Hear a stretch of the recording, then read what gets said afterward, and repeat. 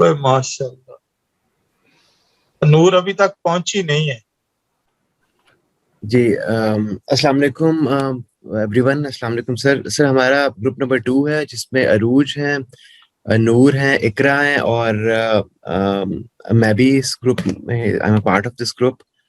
और we are going to present next, please slide पे आइएगा। We are going to present the chapter and जिसमें हम हमारे जो लर्निंग आज के सेशन में होगा, we're going to study various models of curriculum design and development. इसमें बॉबिट का, टाइलर का मॉडल, हिल्डा टाबा का backward design model, task analysis, then we have the deliberation model and dolls models, और इसके अलावा 9 अदर टॉपिक्स हैं, considerations हैं जो करिकुलम डिजाइन में they very very helpful. So आज के सेशन में this is going to be our area of learning. If you please go on the next. अब basically sir this was the first model जो नूर के पास था, तो मेरा ख्याल है we can skip this model for a while and जब वो ज्वाइन करेंगे तो वो फिर उस स्टेज पे वो कर लेंगे। अगर प्लीज आगे आप स्लाइड्स को, do you want to run आप से, आई एम सॉरी इकरा, आप इसको करें या अरूज आप करें? मैं कर रही हूँ इकरा जी, आप प्लीज आगे फिर इसको जरा आप करते हैं। If you could just skip this first model, Noor would join and then she will take it from here. ये पीछे टाइलर से मैंने करना है जी। ओके सो हम पहला वाला जो मॉडल है जो बॉबिट का मॉडल है वो अभी बाद में करते हैं। उससे पहले हम स्टार्ट करते हैं राल्फ टाइलर से। Tyler is basically considered as the prominent figure when it comes to the study of curriculum, or is considered to be the forefather in the field of curriculum. A very popular model, still very very popular. Rolf Tyler has published more than 700 articles and 16 books.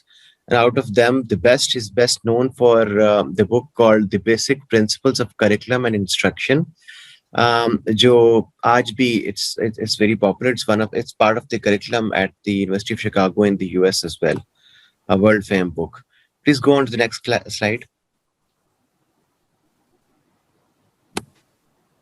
Ji. Next, please.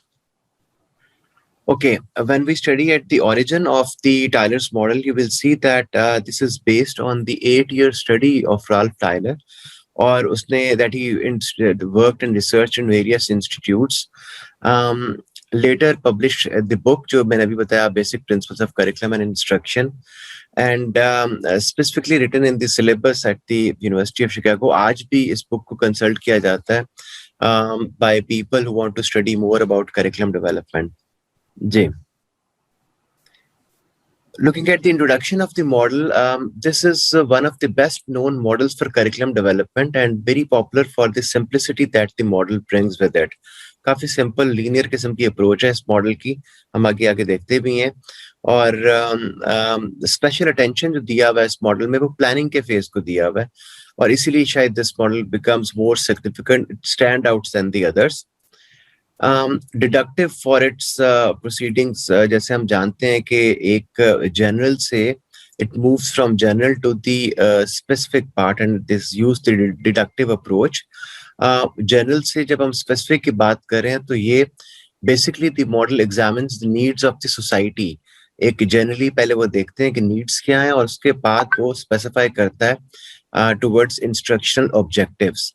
और इसमें जब हम deductive कह रहे हैं और general to specific कह रहे हैं तो राल्फ टाइलर का एक और भी इसको कहने का, डिडक्टिव मॉडल को डिडक्टिव करने की वजह ये भी है because he moves from top to bottom approach. He thinks of the goals or the objectives of the institution first, the school first, then उसमें जो उसके लोग एसोसिएट हैं, the administration, the teacher, and then the actual classroom lessons, जिसको हम outcomes of learning outcomes कहते हैं। तो एक टॉप बॉटम अप्रोच है और जनरल टू स्पेसिफिक की तरफ लेके जाता है करिकुलम वैसे भी। जी please.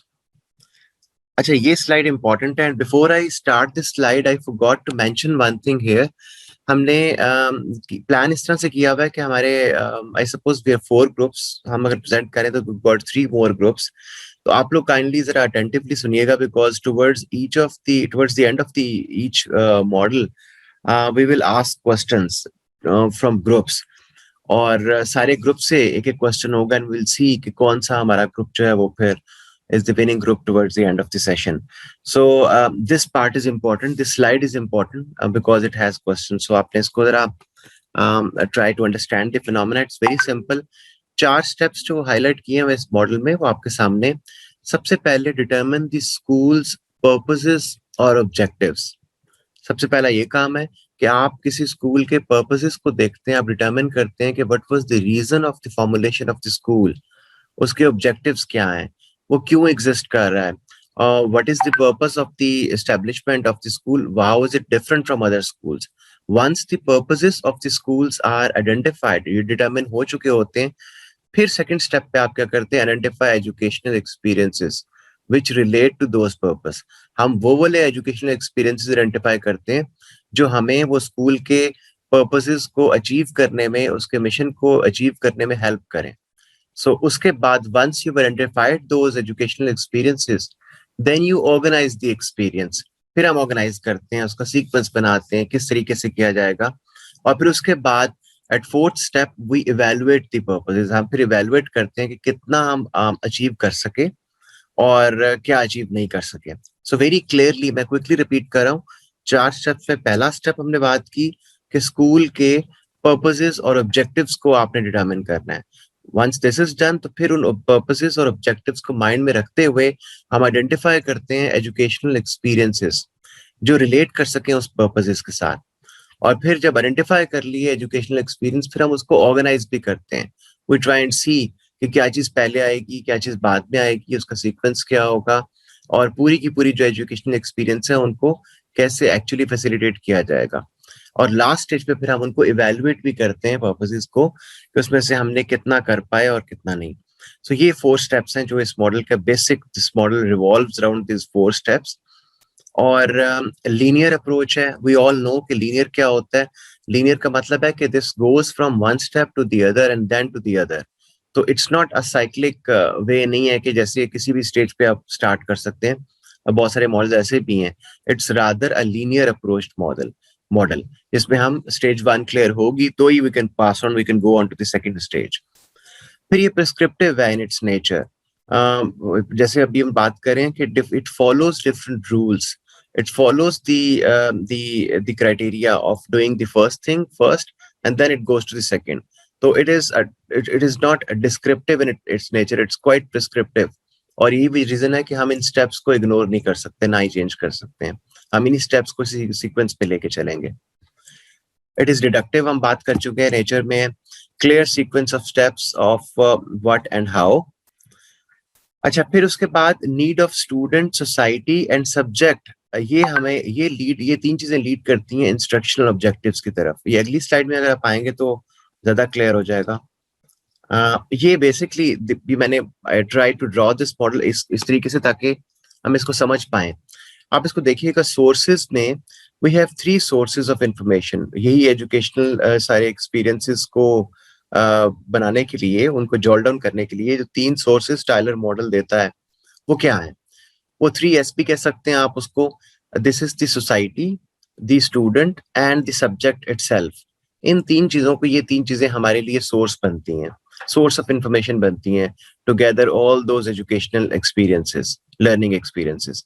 Society, subject and student, ये पॉइंट भी आपने याद रखना है because that's one critical characteristic of this model and this is definitely going to be asked towards the end of this part। ये क्वेश्चन होगा।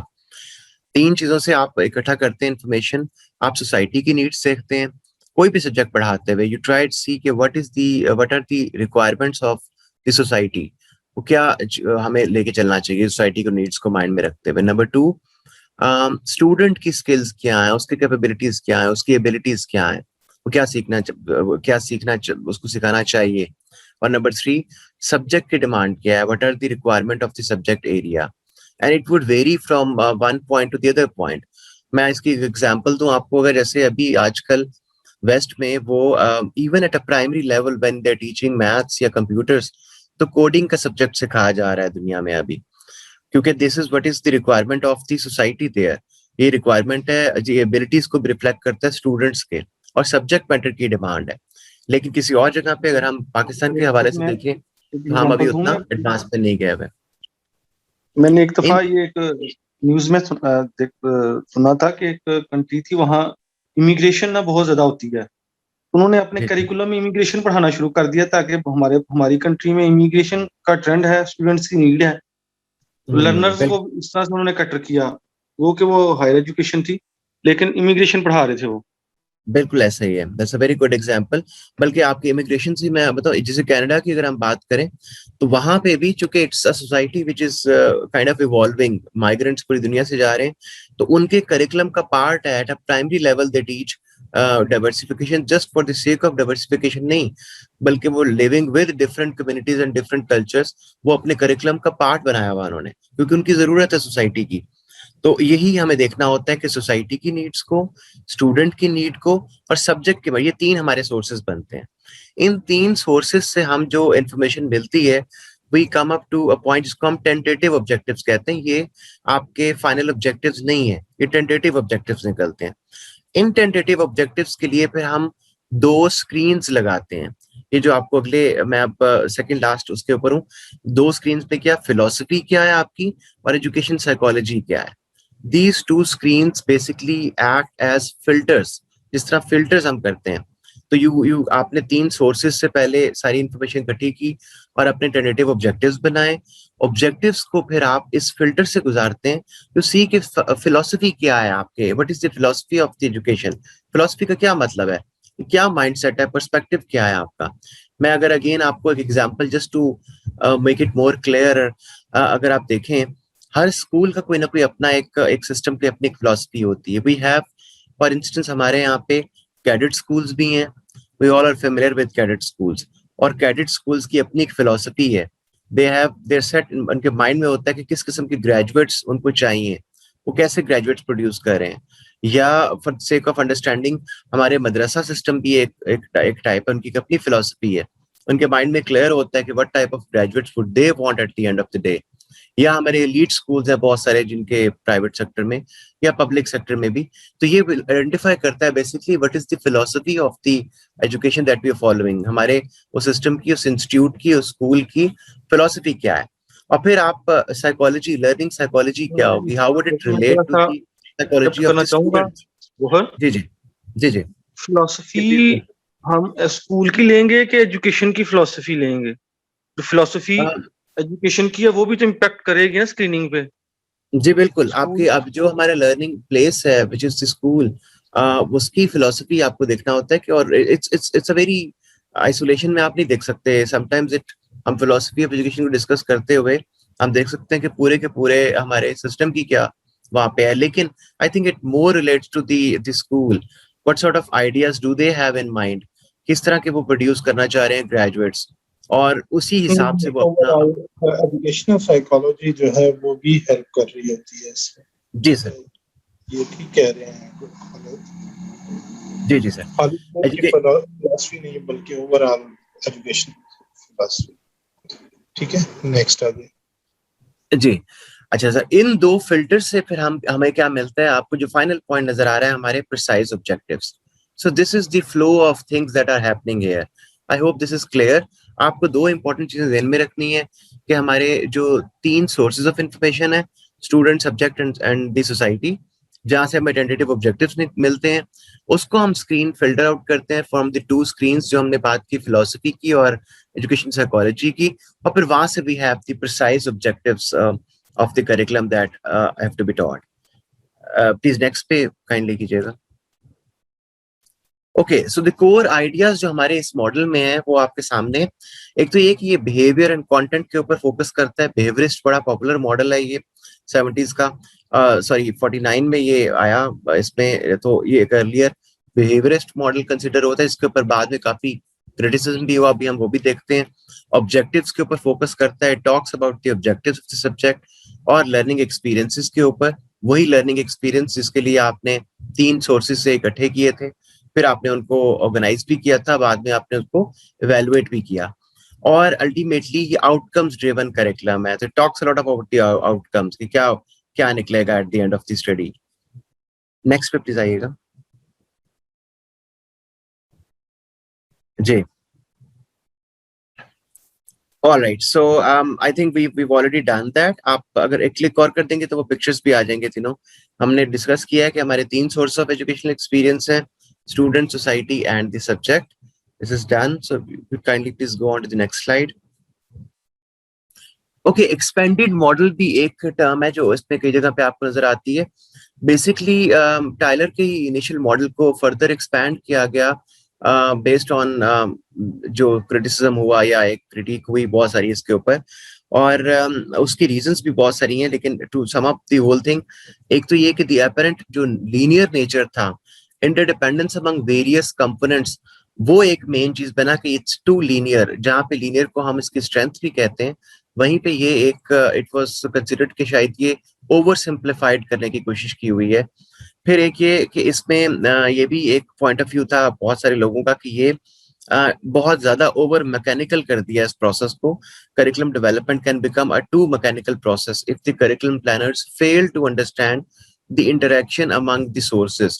अगर हमारे सोर्सेज के अंदर इंटरेक्शन हमारी बहुत अच्छी नहीं होती तो the whole thing would be more mechanical. और इसके अलावा there has to be a balance. जब हम बात करते हैं 3 सोर्सेज की, तो उनमें भी बैलेंस चाहिए प्लानिंग करते हुए। फिर more steps were needed were added in the planning process after specifying the instructional objectives। इन्हीं चीजों को माइंड में रखते हुए जो एक्सपेंशन हुई, जो हम डिस्कस कर चुके हैं, प्लीज नेक्स्ट स्लाइड पे आइएगा।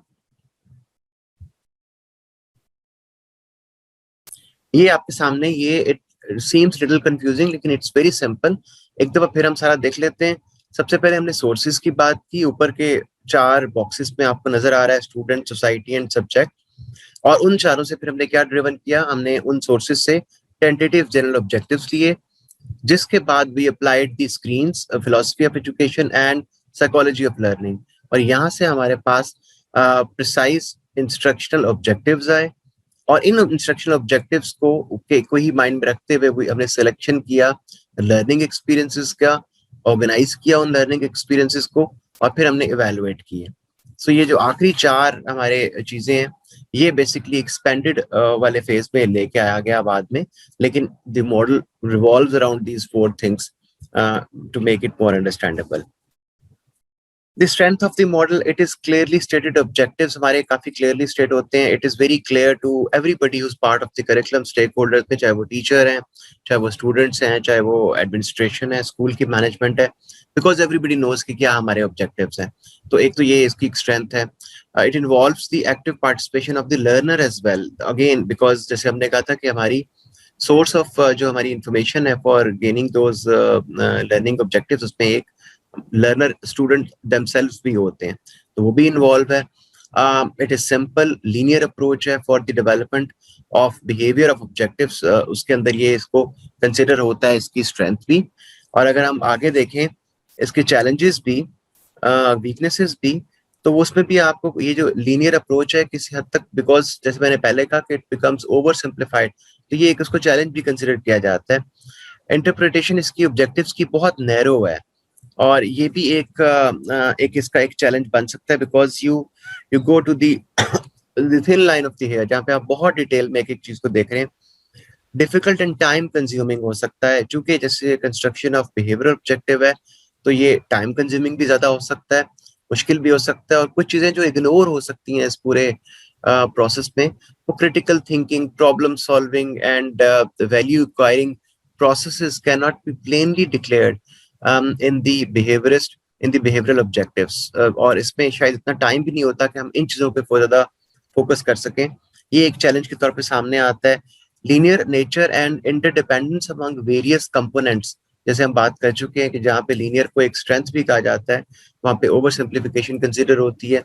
And the vital need of balance among the 3 sources of interaction, जो हमारे 3 सोर्सेज थे, this is also a challenge कि आप कितना बैलेंस वे में उन तीनों को डील कर रहे हैं, whether it's student, society or the subject. So these are the challenges that model faces. With this, I finished this first model, and we have 3 questions जो आपके सामने screen पे हैं. The first question is, what approach did Tyler apply in this model? Group number 1 के लिए, group number 2 के लिए, पीछे ही please कीजिएगा. You will have to go back to the question slide. Yes, thank you. The second question for group number 2 is, group number 3 rather, is name the 2 screens जो हमने use किए इस model में. Expanded model में 2 screens क्या थी, और तीसरा फिर sources of educational experience क्या है according to Tyler, वो जो 3 sources की बात की थी. तो अगर kindly group number 1 के कोई भी member, anyone from group number 1, if you could tell कि ये model का approach क्या था रॉल्फ टायलर का. मैं आपको क्लू दे देता हूँ अप्रोच से कि जनरल टू स्पेसिफिक था या स्पेसिफिक टू जनरल था. जनरल टू स्पेसिफिक था, डिडक्टिव अप्रोच. एक्सीलेंट, बिल्कुल. It was deductive in nature, deductive approach थी, लीनियर भी था ये model. Okay, group number 2, I think हमारा ग्रुप नंबर 2 है जो प्रेजेंटर्स हैं, तो we have group number 3 then in the class. Yes philosophy and educational psychology screens से. Excellent, very nice. बिल्कुल जी, ये philosophy of education और learning psychology, philosophy of education और learning psychology, ये हमारे 2 screens थे जो इस मॉडल में अडॉप्ट किए गए. आप लास्ट ग्रुप जो ग्रुप नंबर 4 है शायद क्लास में, आप do we have group number 4 यहाँ पे प्रेजेंट है हमारे पास? उस्मा वगैरह का ग्रुप है, ग्रुप नंबर 4. जी प्रेजेंट. जी, आप ये बड़ा सिंपल क्वेश्चन है, जरा प्लीज गौर से सुनिएगा कि 3 सोर्सेज की हमने बात की एजुकेशनल एक्सपीरियंस को गैदर करने के लिए. वो 3 सोर्सेज सारे के सारे एस से स्टार्ट होते हैं, दैट्स कीवर्ड. तो आप बता सकते हैं वो 3 सोर्सेज क्या हैं? एक इसमें सोसाइटी है, एक स्टूडेंट है और सब्जेक्ट मैटर और सब्जेक्ट है. एक्सीलेंट, बिल्कुल ठीक. आपने कहा कि ये 3 सोर्सेज होते हैं हमारे, उनको गैदर करने के लिए, एजुकेशनल एक्सपीरियंसेस को पूरा चॉप डाउन करने के लिए. Very nice. Now if we move on, हम आगे अगर चलें तो वी विल हैव दी ये तो उसके रेफरेंस हैं. Go on further. So my colleague Arooj would continue with Hilda Taba. इसमें हम एक चीज कर सकते हैं कि जो सोर्सेज में इसने, जैसे हमने पीछे भी पढ़ा था, सर से डिस्कस भी किया था, नॉलेज एक बड़ा पावरफुल सोर्स था. खासतौर पर पाकिस्तान के कॉन्टेक्स्ट में देखें ना, जी उस दिन हमारी बड़ी बात हुई थी. तो सर इस पे थोड़ा सा सर से मैं रिक्वेस्ट करूंगा, गोहर के सर, हमें थोड़ा सा इस पे, जब हमने ILOs बनाए तो उसमें भी सर ने हमें बताया, तो टेलर पे हम ये क्रिटिसिज्म कर सकते हैं, इसने सोर्स में नॉलेज को नहीं लिया, लर्नर, सोसाइटी और सब्जेक्ट, या सब्जेक्ट में आ जाएगा. आई थिंक ये सब्जेक्ट पे, हाँ सब्जेक्ट में आ जाएगा. ठीक जी जी. अरूज अगर आप काइंडली कंटिन्यू कीजिएगा. Assalamualaikum class, my name is Aruj Baloch. Now we will discuss the next model, Hilda Taba model. Next slide. I will discuss the introduction of Hilda Taba. She was an architect, a curriculum theorist, a curriculum reformer, and a teacher educator. Taba was born in a small village in southeastern Estonia. Taba was the student of John Dewey. She wrote a book entitled Curriculum Development Theory and Practices 1962. Taba was the colleague of Tyler's. Next. Now will discuss the Taba model. Taba का believe क्या था? इसमें जो है हम सबसे पहले ये पढ़ेंगे, Taba believe that teacher should participate in developing करिकुला. Taba ये मानती थी इस बात को कि जब हम लोग जो है वो करिकुलम डेवलप कर रहे हैं ना, तो टीचर को जो है करिकुलम डेवलपमेंट में जो है ज़रूर पार्टिसिपेट करना चाहिए. नेक्स्ट उसकी रीज़न भी उन्होंने बताई है कि क्यों टीचर को जो है वो पार्टिसिपेट करना चाहिए, क्योंकि टीचर जो है ना वो स्टूडेंट की नीड्स को बहुत अच्छे तरीके से जानता है, वो स्टूडेंट्स की इंटरेस्ट लेवल को जानता है. तो इसीलिए जो है टीचर को जो है वो करिकुलम डेवलपमेंट में जो है वो ज़रूर पार्टिसिपेट करना चाहिए. टाबा के अप्रोच को हम ग्रास रूट अप्रोच भी कहते हैं, और ग्रास रूट अप्रोच का जो मेन आइडिया यही है कि वो स्टूडेंट की जो है वो नीड्स को जो है सबसे पहले फॉर फ्रंट रखता है करिकुलम बनाते हुए. इसके अलावा टाबा जो है वो इंडक्टिव अप्रोच को एडवोकेट करता है. इंडक्टिव अप्रोच क्या होता है कि हम स्पेसिफिक टू जनरल की तरफ जाते हैं. इसके अलावा इसके एग्जाम्पल ये भी है कि जैसे हमने करिकुलम डॉक्यूमेंट बनाया तो हम उसमें भी जो है वो हमने इंडक्टिव अप्रोच यूज़ किया है. हम स्पेसिफिक तो जनरल गए हैं, हम लो लेवल से हाई लेवल की तरफ गए हैं. जब हमने अपना कंटेंट बनाया है तो हम लोगों ने जो है पहले सोलर टैक्सोनॉमी देखते हुए हमने अपना कंटेंट कंटेंट बनाया था और हमने यही देखा था कि पहले हम स्टूडेंट्स को अंडरस्टैंडिंग करवा रहे हैं, आइडेंटिफाई करवा रहे हैं चीज़ों को, देन उसके बाद जो है हम स्टूडेंट को जो है वो हाई लेवल की तरफ लेके जा रहे हैं, उनको फिर एनालाइज करवा रहे हैं, क्रिएट करवा रहे हैं और डिज़ाइनिंग करवा रहे हैं उनको। Next slide. Now, there are 7 steps of Hilda-Taba model: diagnosis of need, formulation of objectives, selection of content, organization of content, selection of learning experiences, organization of learning experiences, evaluation and means of evaluation. Now we will further discuss all this step. Next slide. First है diagnosis of need. Diagnosis of need में हम सबसे पहले क्या करते हैं कि हम स्टूडेंट की नीड्स को आइडेंटिफाई करते हैं, चाहे वो स्टूडेंट की सोसाइटल नीड्स हो, कल्चरल नीड्स हो, रिलीजियस नीड्स हो। इसमें टीचर जो है वो सबसे पहले जो है वो स्टूडेंट की नीड्स को आइडेंटिफाई करता है और प्लानिंग करता है करिकुलम के मुताबिक। Next slide. नेक्स्ट है फॉर्मुलेशन ऑफ ऑब्जेक्टिव। अब जब हमें स्टूडेंट की नीड्स का पता चल गया कि स्टूडेंट जो है वो क्या चाह रहा है हमारे कंटेंट से या करिकुलम से, तो उसके बाद जो है हम अपने मकासद तय करते हैं कि हमने ऑब्जेक्टिव बनाने हैं और हम ऑब्जेक्टिव स्टूडेंट की नीड्स के मुताबिक जो है वो हम ऑब्जेक्टिव बनाएंगे। Next slide. आगे है सिलेक्शन ऑफ कंटेंट। अब हमारा जो है हमें स्टूडेंट की नीड्स का भी पता चल गया और उसके बाद हमने ऑब्जेक्टिव भी फॉर्मुलेट कर दिए। उसके बाद हमने अपना कंटेंट सेलेक्ट करना है, हमने वो कंटेंट डालना है जो इम्पोर्टेंट है और अनइम्पोर्टेंट कंटेंट को जो है वो हमने एलिमिनेट कर देना। फॉर एग्जांपल हमने करिकुलम डॉक्यूमेंट भी जब बनाया था तो हमने एक बुक जो है वो ली थी और उसमें से इम्पोर्टेंट टॉपिक्स को हमने जो है वो राइट डाउन कर लिया था और जो अनइम्पोर्टेंट थे उनको हमने जो है वो थोड़े टाइम के लिए निगलेक्ट कर दिया था। तो इसमें जो है वो हमने अपने सिलेक्शन कंटेंट को सेलेक्ट करना है कि हमारा कंटेंट वैलिड होना चाहिए और सिग्निफिकेंट होना चाहिए। Next slide.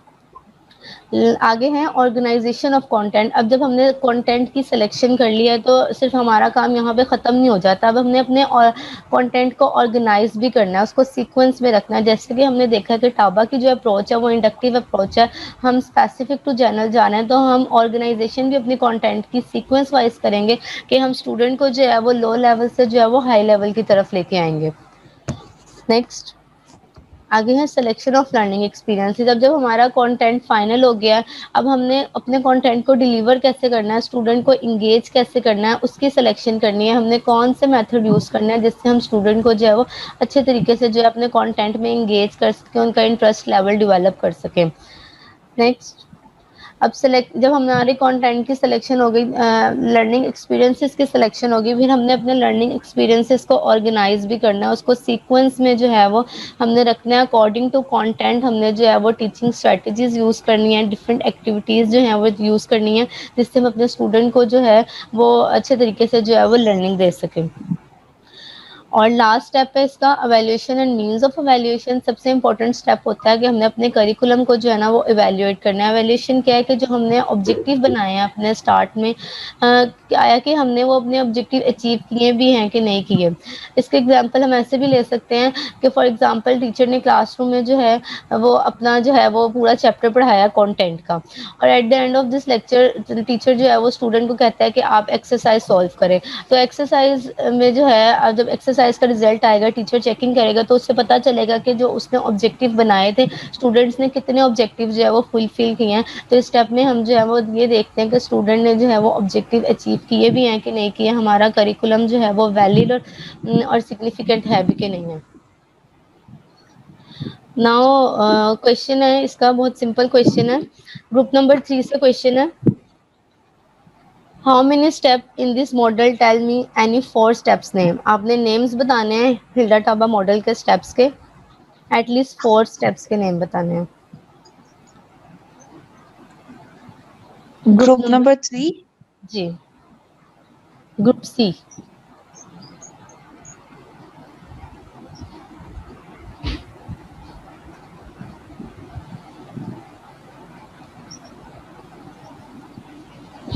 एक फॉर्मुलेशन था, इवैल्यूएशन था। फॉर्मुलेशन किस चीज की फॉर्मुलेशन थी? Formulation of objectives, I think. Yes. Diagnosis of needs. Okay. Organization of content. Okay. Organization of learning activities. Next. Now we discuss next model, the backward design model. Definition है backward design model की कि जो backward curriculum design process है that educator use to design learning experiences and instructional technique to achieve specific learning goals. कि जो educator हैं वो जो है वो डिजाइन करते हैं अपने लर्निंग एक्सपीरियंसेस को और टेक्निक्स को अपने स्पेसिफिक गोल्स को जो है वो अचीव करने के लिए। और बैकवर्ड मॉडल में जो है हम मूव करते हैं and point two start point. Introduction क्या है कि बैकवर्ड डिजाइन मॉडल जो है वो एडवोकेट किया था ग्रांट, विगन्स और मैक्टिफ ने। और ये मॉडल जो है वो वेरिएशन है टास्क एनालिसिस मॉडल की। नेक्स्ट हम टास्क एनालिसिस मॉडल को जो है वो फर्दर डिटेल में भी पढ़ेंगे। और its roots can be traced by the Bobbitt Charter model, और बॉबिटन चार्टर मॉडल को भी जो है हम डिटेल में डिस्कस करेंगे। और ये मॉडल जो है हम ज़्यादातर जो है वो आर्किटेक्चर और इंजीनियरिंग की फील्ड में जो है वो यूज़ करते हैं। There are three stages of backward design model. Number 1 है identify desired result, number 2 है determine evidence, number 3 है plan learning experiences. Identify desired result. अब आइडेंटिफाई डिजायर्ड रिजल्ट की जो स्टेटमेंट है ना वो स्टार्ट ही होती है हमारी डिजायर्ड रिजल्ट से। हमने अपने रिजल्ट्स को देखना है। The first stage involve identifying the school programs goal. First stage क्या है कि हमने इस लेवल पे जो है वो आइडेंटिफाई करना है अपने स्कूल प्रोग्राम गोल्स को। Next, Wigan and Mactive specify 3 level of decision making in this first stage. अब फर्स्ट स्टेज में जो है विगन एंड मैक्टिव ने जो है ना वो 3 लेवल जो है वो आइडेंटिफाई किए थे। At the first and the most general level educator consider goal and check on national, state and local content standard. के एजुकेटर जो है वो गोल्स बनाता है और उसको जो है वो नेशनल लेवल पर, स्टेट लेवल पे जो है वो उसको चेक करता है। नेक्स्ट स्टेज ये थी कि curriculum developer including classroom teacher. जो करिकुलम डेवलपर्स हैं उनमें क्लासरूम टीचर्स भी जो हैं वो इंक्लूड होते हैं, जो कंटेंट है उसकी सिलेक्शन करते हैं, इंफॉर्मेशन प्रोवाइड करते हैं, जो बाद में स्टूडेंट को जो है वो डिजायर्ड रिजल्ट को जो है वो लीड करती है। और नेक्स्ट इनका ये था कि जो हमने कंटेंट स्टूडेंट को पढ़ा रहे हैं, जो इम्पोर्टेंट कंटेंट है हम स्टूडेंट को जो है वो अच्छे तरीके से जो है वो डिलीवर करें। डिटेल इन्फॉर्मेशन में जो है ज़्यादा ना जाए, क्योंकि जितना हम इन डेप्थ जाएंगे उतना स्टूडेंट कंफ्यूज हो जाता है। तो स्टूडेंट के लेवल पे रह के जो है वो हम स्टूडेंट को अंडरस्टैंडिंग करवाएं। नेक्स्ट स्टेज है इसकी डिटरमिन एविडेंस। अब जब हमने करिकुलम प्लेस कर दिया है उसके बाद हमने अपने करिकुलम को एवेल्युएट भी करना है कि जो हमने करिकुलम बनाया है क्या वो हमारे स्टैंडर्ड्स के साथ मैच कर भी रहा है कि नहीं कर रहा, या जो है जो हमने करिकुलम जो है उसकी इफेक्टिवनेस के लिए जो कौन कौन से हमने एविडेंस जो है वो यूज़ किया, उसके असेसमेंट में हमने कौन कौन से मेथड यूज़ किए हैं। यही 2 क्वेश्चन उन्होंने जो है वो नीचे रेज भी किए हैं कि how will we know whether student have met the set standards. के स्टूडेंट जो है वो स्टैंडर्ड्स जो हमने सेट किए हैं उनसे जो है वो मेट कर भी रहा है कि नहीं कर रहा, और what evidence will be collected to assess the curriculum effectiveness, के हम करिकुलम की इफेक्टिवनेस को जो है वो कैसे जो है वो कलेक्ट कर सकते हैं, ये देख सकते हैं।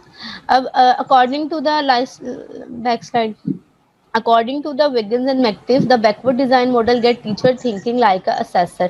अब पहले तो हमने ये बात की कि टीचर को जो है वो पार्टिसिपेट करना चाहिए करिकुलम डेवलपमेंट में। अब वो कहते हैं कि जब करिकुलम एक दफ़ा प्लेस हो गया तो अब टीचर जो है वो क्लासरूम में एज अ असेसर काम करेगा। वो अपने करिकुलम को देखेगा और स्टूडेंट को जब वो पढ़ा रहा है तो वो ये भी देखेगा कि क्या हमने जो करिकुलम बनाया है उसके ऑब्जेक्टिव जो बनाए हैं वो अचीव हो रहे हैं कि नहीं हो रहे। एज अ असेसर जो है वो क्लासरूम में जो है वो काम करता है। Next slide.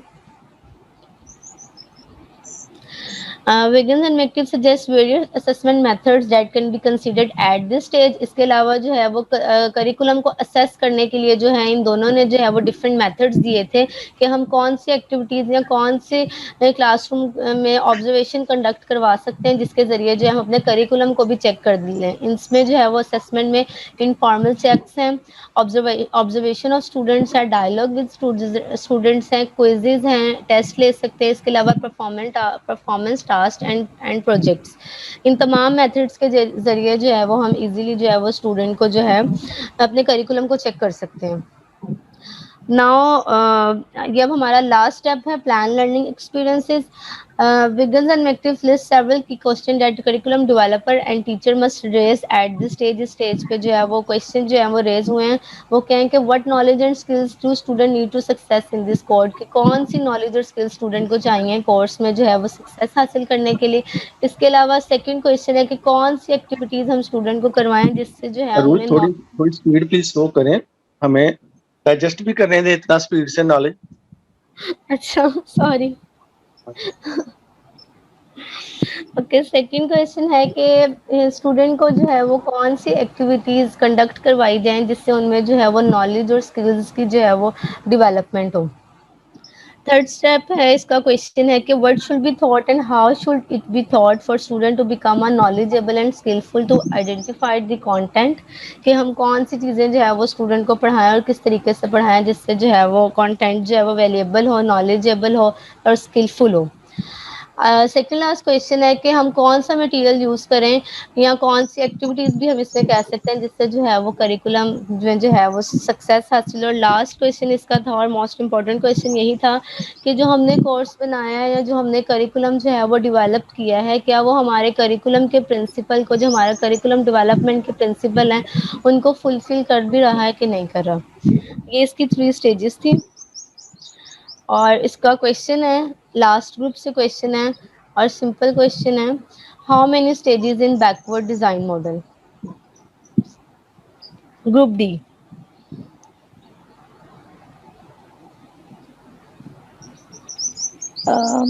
इसमें एक आइडेंटिफाई डिजायर्ड रिजल्ट है जी नेक्स्ट है डिटरमिन एविडेंस जी और फिर है plan learning experiences. Okay, thank you. अस्सलाम वालेकुम। नाउ नेक्स्ट है इसका टास्क एनालिसिस मॉडल। अब टास्क एनालिसिस मॉडल की बात करते हैं कि टास्क एनालिसिस मॉडल जो है वो फोकस करता है और आइडेंटिफाई करता है कौन सा कंटेंट और कौन सी स्किल जो है वो स्टूडेंट्स के लिए इंपॉर्टेंट है।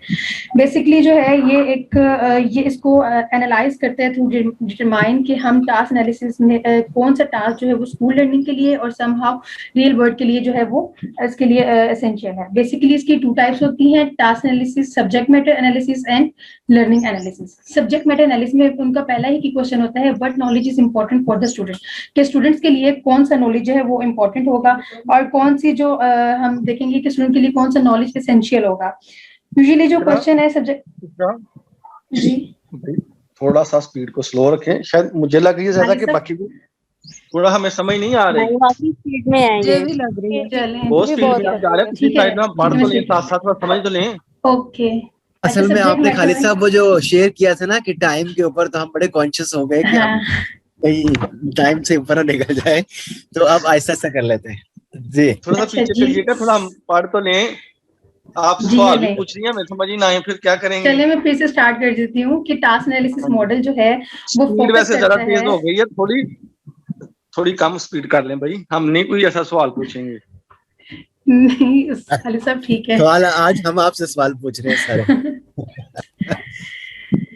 टास्क एनालिसिस मॉडल में बेसिकली फोकस किया जाता है और आइडेंटिफाई किया जाता है कि कौन सा कंटेंट और कौन सी स्किल जो है वो स्टूडेंट्स के लिए एसेंशियल है, कौन सी स्किल्स और कंटेंट जो है वो उनके लिए इंपॉर्टेंट है। मींस कि उनकी स्टूडेंट की नीड्स के अकॉर्डिंग जो है वो कंटेंट सिलेक्ट किया जाता है। बेसिकली जो है इसकी 2 टाइप्स होती हैं, subject matter analysis and learning analysis.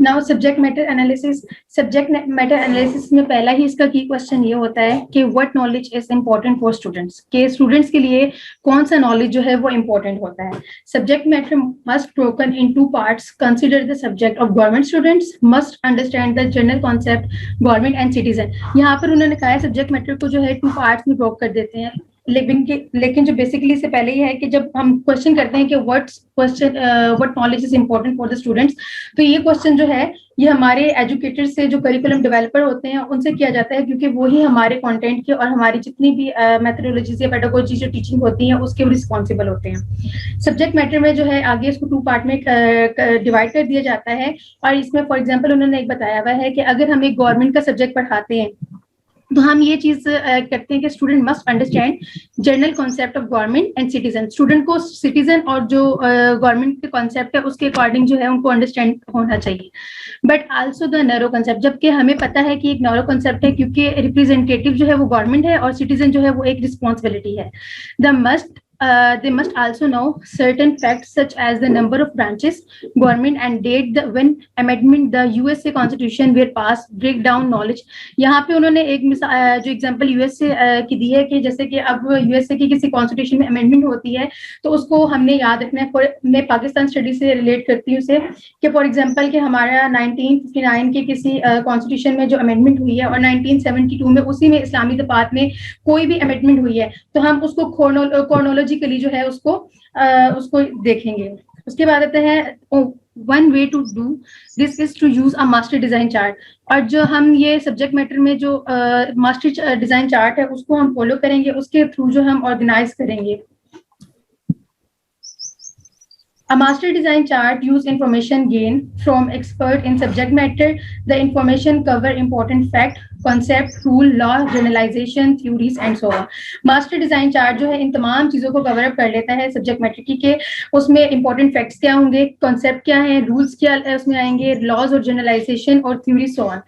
Essentially the master design chart contains the topic relate information to be learned into certain courses or a total curriculum. Master design chart में basically जो topic को relate किया जा रहा होता है information से जो हमने लर्नर को देनी होती है। Someone reading about the master chart design might think that it is the same as the curriculum map. There are similarities how curriculum map deal with the content topic to be covered, but now how they are experienced. यानी इसमें यह है कि जब भी हम master design chart को read करते हैं तो वो हमें करिकुलम मैप का स्ट्रक्चर दे रहा होता है जो कि आगे नेक्स्ट स्लाइड में है।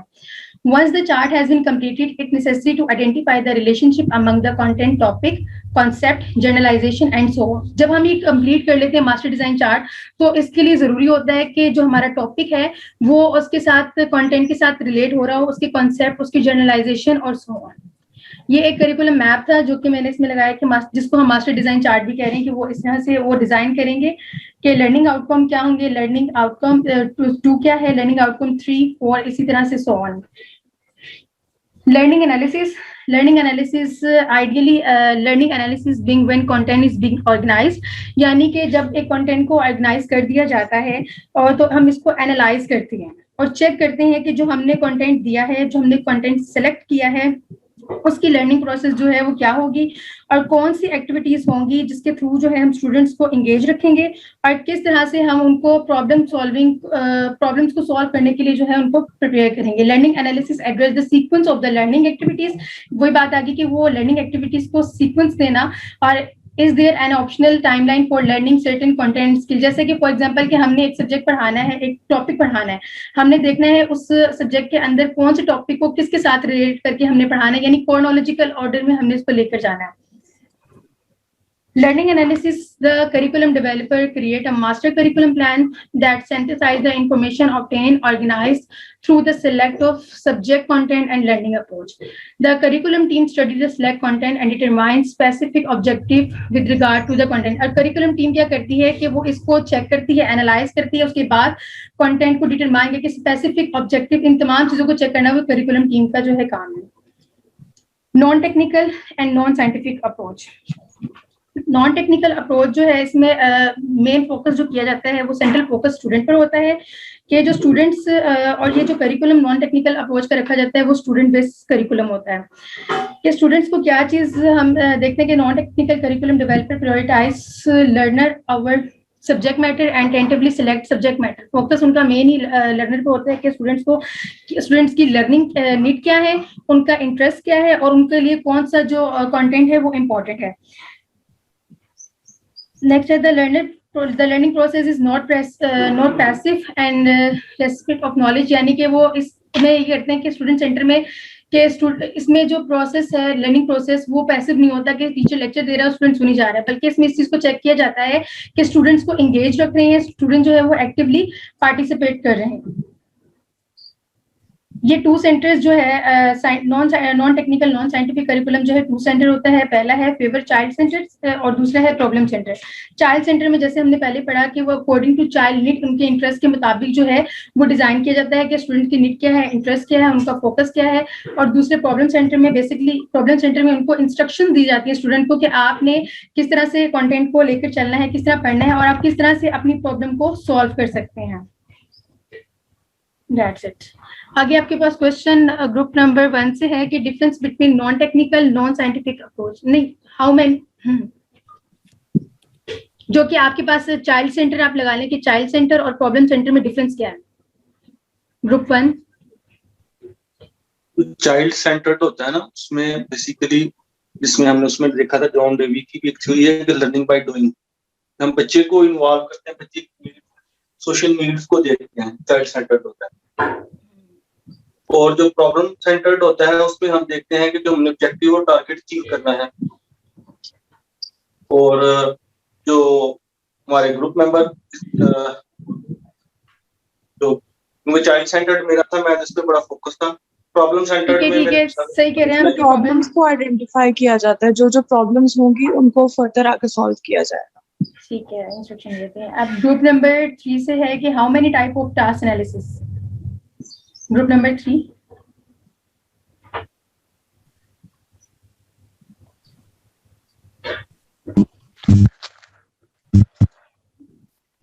ग्रुप 3 से कोई पार्टिसिपेंट है यहाँ पर? की टाइप्स बतानी है जी। टास्क एनालिसिस जो मॉडल है उसकी कितनी टाइप है? इसकी 2 टाइप्स हैं। नंबर 1 जो है वो स्टूडेंट एनालिसिस और दूसरी थी लर्निंग। खुर्शीद आप नहीं है हमारे ग्रुप में, अनम बता रही हैं। अनम बता रही है, 1 मिनट वेट कर लें।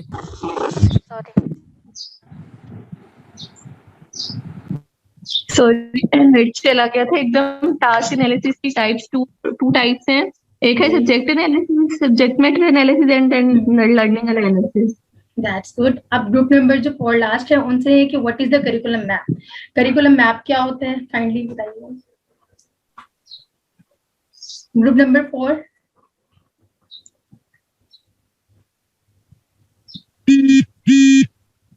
ग्रुप नंबर 4 के पार्टिसिपेंट्स हैं यहाँ पर?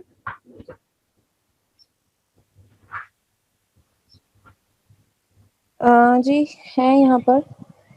काइंडली ये बताइएगा कि करिकुलम मैप क्या होता है, या आप ये बता दें कि उसमें किस तरह से जो है स्ट्रक्चर दिया जाता है, किस तरह से उसके curriculum map master design chart होता है। और ये डील करता है कंटेंट्स के साथ, जो टॉपिक कंटेंट्स होते हैं। और ऐसे नहीं कि how they are to be experience, और उनको ये कंटेंट्स टॉपिक के कंटेंट्स के साथ डील करता है और उनका रिलेशनशिप किस तरह से कॉन्सेप्ट और उनके जनरलाइजेशन किस तरह से बिल्डअप होती है। और ठीक हो गया। अब नेक्स्ट टर्न आती है हमारी, मेरा आगे नेक्स्ट आ गया डेलिब्रेशन मॉडल। अब डेलिब्रेशन से ही हमें पता चल रहा है कि किसी चीज से, किसी कल्चर से, किसी सोसाइटी से हम डेलिब्रेट होकर जो अपने कंटेंट के लिए मॉडल रखते हैं वो किस तरह है। अब डेलिब्रेशन मॉडल में जो in this approach the curriculum development the learner is the central focus, इसमें भी हम जो है स्टूडेंट को सेंट्रल फोकस रखते हैं कि स्टूडेंट्स की नीड्स क्या है। नॉन टेक्निकल करिकुलम डेवलपर, इसमें भी सेम ये एक होलिस्टिकल प्रोसेस है जिसमें स्टूडेंट के इंटरेस्ट को, उनके नीड्स को, उनके डिजायर को, उनके अकॉर्डिंग जो है हम कंटेंट तैयार करते हैं। और उसके बाद जो है, और उसके बाद इन स्टेप्स को instead of developing करिकुला the teacher and student engage in the educational conversations about topic of mutual interest and concern. अच्छा, इस चीज में भी फोकस किया जाता है कि स्टूडेंट्स और टीचर के ना टॉपिक के गार्डिंग जो म्यूचुअल अंडरस्टैंडिंग होनी चाहिए कि स्टूडेंट और टीचर एंगेज हो, मींस के जैसे एक्टिवली स्टूडेंट जो है वो पार्टिसिपेट कर रहा हो अपने कॉन्टेंट्स के साथ। The deliberation model, the deliberation approach draw a system thinking and feedback and adjustment but also take into account। हम अगर देखें कोई ये डेलिब्रेशन मॉडल जो है, इसमें ये है कि जो एजुकेशनिस्ट होते हैं, जो डेवलप कर रहे होते हैं करिकुलम को, वो अपने कॉलीग्स के साथ और अपनी जितनी भी उनकी टीम है उनके साथ ये लोग कम्युनिकेट करते हैं रिगार्डिंग स्टूडेंट अप्रोचेस के स्टूडेंट्स की नीड के रिगार्डिंग हम किस तरह से जो है कंटेंट डेवलप करेंगे, किस तरह से हम कंटेंट क्रिएट करेंगे। This process occur with an organise socially construct context, हम इसको सोशली जो है कॉन्टेक्स्ट में कंस्ट्रक्ट करेंगे। And curriculum development through deliberation occur with the culture context. Currently, this one of the challenge confronting curriculum creators। ये curriculum creators के लिए challenging एक situation होती है कि वो किस तरह से social के अपने जो किस तरीके से जो है उन्होंने cultural context को develop करना है। डेलिब्रेशन मॉडल जो है इसमें आगे 6 स्टेजेस होती हैं जो कि सजेस्ट की हुई है नोवा ने। पहली स्टेज में वो क्या करते हैं, पब्लिक शेयरिंग। पब्लिक शेयरिंग में पहली जो करिकुलम डेवलप किया जाता है उसको करिकुलम टीम जो है उसमें शेयर किया जाता है, उसको चेक कराया जाता है और उनके व्यूज लिए जाते हैं उस डॉक्यूमेंट पे। उनके जो आर्ग्यूमेंट्स हैं, डिसआर्ग्यूमेंट्स हैं, वो लिए जाते हैं डेलीगेशन मॉडल पे। एंड देन फर्स्ट स्टेप में उनके व्यूज लिए जाती हैं। देन सेकंड पे हम आते हैं तो इसमें हाईलाइट आर्ग्यूमेंट्स एंड डिसआर्ग्यूमेंट्स, यानी कि जो आर्ग्यूमेंट्स और डिसआर्ग्यूमेंट को हाईलाइट किया जाता है रिगार्डिंग एजुकेशनल गोल्स के करिकुलम जो कॉन्टेक्स्ट है और इनकी एक्सटर्नल अप्रोचेस जो है वो क्या है। All over should be are respectfully consider, और तमाम जो है वो उसको रिस्पेक्टफुली कंसिडर करते हैं। इसकी एक एग्जांपल हमें सर ने दी थी क्लास में कि जब एक करिकुलम डॉक्यूमेंट डेवलप किया जाता है तो उसको सर ने कमेटी का बताया था कि यूनिवर्सिटीज में कमेटीज होती हैं, लेकिन यहाँ पर जो हमने पढ़ा था ये आई थिंक स्कूल लेवल का था, तो वहाँ पर उन्होंने टीम्स बताई थी कि करिकुलम टीम्स में शेयर किया जाता है। उसी तरह शेयर करने के बाद वो जो हाईलाइट करते हैं आर्ग्यूमेंट और डिसएग्रीमेंट को, उसके बाद आगे उनको भेजा जाता है एक्सप्लेनिंग पोजीशन। उनसे कहा जाता है कि आप इसकी पोजीशन को एक्सप्लेन करें कि why do you think this is a problem और is a particular group of students falling, और when is the curriculum solution, के मतलब इसका सोल्यूशन क्या होगा, ये इंपॉर्टेंट क्यों जरूरी है, और उसके बाद के आप कैसे समझते हैं कि ये एक प्रॉब्लम है। थर्ड स्टेज है हाईलाइट चेंजिंग पोजीशन। फिर जो उसमें चेंजेस की जाती हैं उन पोजीशंस को हाईलाइट किया जाता है कि इस कॉन्टेक्स्ट की पोजीशंस किस आर्ग्यूमेंट्स और डिसएग्रीमेंट्स को हाईलाइट किया जाता है। स्टेज 5 में नेगोशिएटिंग पॉइंट्स ऑफ आर्ग्यूमेंट्स, जितने भी आर्ग्यूमेंट्स के पॉइंट्स हैं उनको नेगोशिएट किया जाता है। एग्रीमेंट। अडॉप्ट डिसीजंस, लास्ट में उनके अडॉप्ट डिसीजन में है कि ग्रुप एक्टिविटीज जो है वो रिगार्डिंग करिकुलम के, करिकुलम की नेचर क्या होगी, इसका पर्पस क्या है, करिकुलम के स्पेसिफिक जो करिकुलम टॉपिक्स हैं वो क्या होंगे, इसमें पेडागोजी की जो है वो कौन सी अडॉप्ट की जाएगी, और एजुकेशन मटेरियल क्या होगा, स्कूल एनवायरनमेंट जो है उसके क्या होगा जो करिकुलम डेवलप किया जाएगा, और मेथड ऑफ इम्प्लीमेंटेशन के इसकी इम्प्लीमेंटेशन के मेथड्स क्या होंगे, एंड देन असाइनमेंट मेथड के इसका असाइनमेंट मेथड क्या होगा। That's it. ये क्वेश्चन ग्रुप 1 से है। Name any 2 stages of deliberation model. First जो है पब्लिक शेयरिंग था, और इसके अलावा हाईलाइट्स, एग्रीमेंट्स एंड डिसएग्रीमेंट्स था, हाईलाइट चेंजिंग पोजीशंस था। ठीक है, दैट्स इट। ग्रुप नंबर 4 से है who suggest the stages of the model. जो 6 स्टेजेस थी वो किन्होंने सजेस्ट की थी।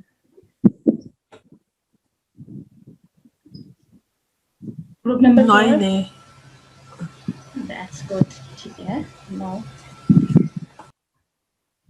Go ahead please. कोई क्लू दे दें उस आंसर के लिए। अच्छा हो गया वो। Okay, can we, Ikra, please can you go to the beginning of the PowerPoint? I want कि पहले नूर का PowerPoint को जो वो कर सकें अपना बॉबिट वाला मॉडल बिल्कुल शुरू में है।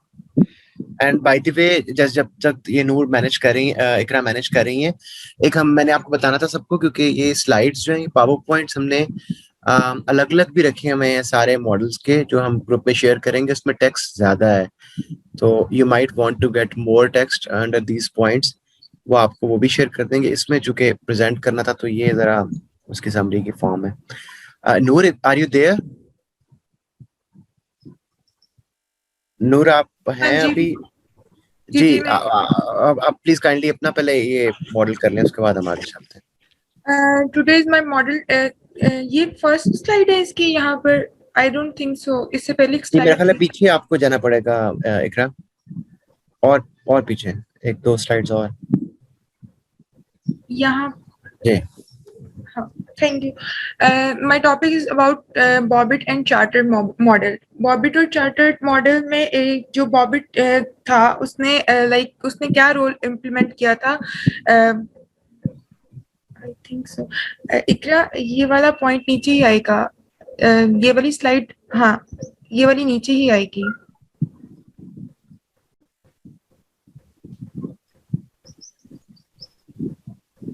बॉबिट और चार्टर्ड पहले एजुकेशनिस्ट थे जो करिकुलम को कम्युनिटी से कंसल्ट करते थे, लाइक उनको अपनी जो ऑब्जेक्टिव्स थे लाइक उनको कम्युनिटी से रिलेट करते थे, यानी कि जितनी भी अगर फॉर एग्जांपल हमने कोई ऑब्जेक्टिव्स बनाने हैं तो उसमें कम्युनिटी की राय जरूरी थी, यानी कि जो भी कोई रूल वगैरह सेट करना था पहले, और उनको ये पता होना चाहिए था कि मतलब अगर आप कोई ऑब्जेक्टिव्स बना रहे हो तो उसमें लाइक हमने क्या पढ़ाना है, स्टूडेंट्स को क्या पढ़ाना जरूरी है। According to Bobbitt the course curriculum curriculum की जो आउटलाइन है वो स्टार्ट होना चाहिए कि स्टूडेंट क्या जानना चाहता है, लाइक स्टूडेंट को क्या पढ़ाना है और उनके ऑब्जेक्टिव्स क्या होना चाहिए। आगे कीजिएगा इकरा। यहाँ पे बॉबिट ने लाइक ऑब्जेक्टिव्स के ऑब्जेक्टिव पे फोकस किया हुआ है कि ऑब्जेक्टिव मस्ट बी करिकुलम का एक पार्ट है, जिस मतलब स्टार्टिंग ऑब्जेक्टिव से होना चाहिए, आउटलाइन शुड बी देयर, ठीक है, जिसमें in objective we should know के what students want to know, कि हमें पता होना चाहिए कि हमने बच्चों को क्या पढ़ाना है और वो क्या जानना चाहते हैं। जिसमें हम डेवलप एक्टिविटीज से भी काम ले सकते हैं, through activities student have achieve different अपने बहुत सी चीजों को अचीव कर सकते हैं जिसमें एक्टिविटीज जरूरी हो। He develop a lot of activities which जो कि बॉबिट ने बहुत सी चीजें बहुत ही एक्टिविटी डेवलप की थी जो बिलो नेक्स्ट स्लाइड में आपको बताई जाएंगी। इतना next slide. Objective should be practical, like objective verbally सिर्फ वर्बली ही नहीं होना चाहिए, बाय ऑन हैंड भी होना चाहिए, मतलब आप कोई भी एक्टिविटी जो भी कोई एक्टिविटीज करा रहे हो वो स्टूडेंट्स को लाइक बाय हैंड भी करानी चाहिए। Objective should be able to make student mature, ठीक है, स्टूडेंट को ऐसी एक्टिविटीज करानी चाहिए जो उसको एडल्टहुड की साइड पर लेके जाए।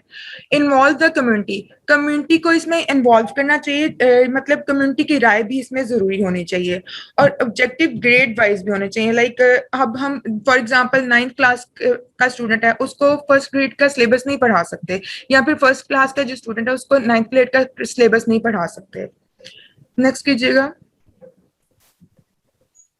विलियम चार्टर जो था उसका भी बॉबिट के मतलब नहीं, यहाँ पर एक स्लाइड ऐड हुई है इकरा, वो स्लाइड यहाँ पर नहीं है।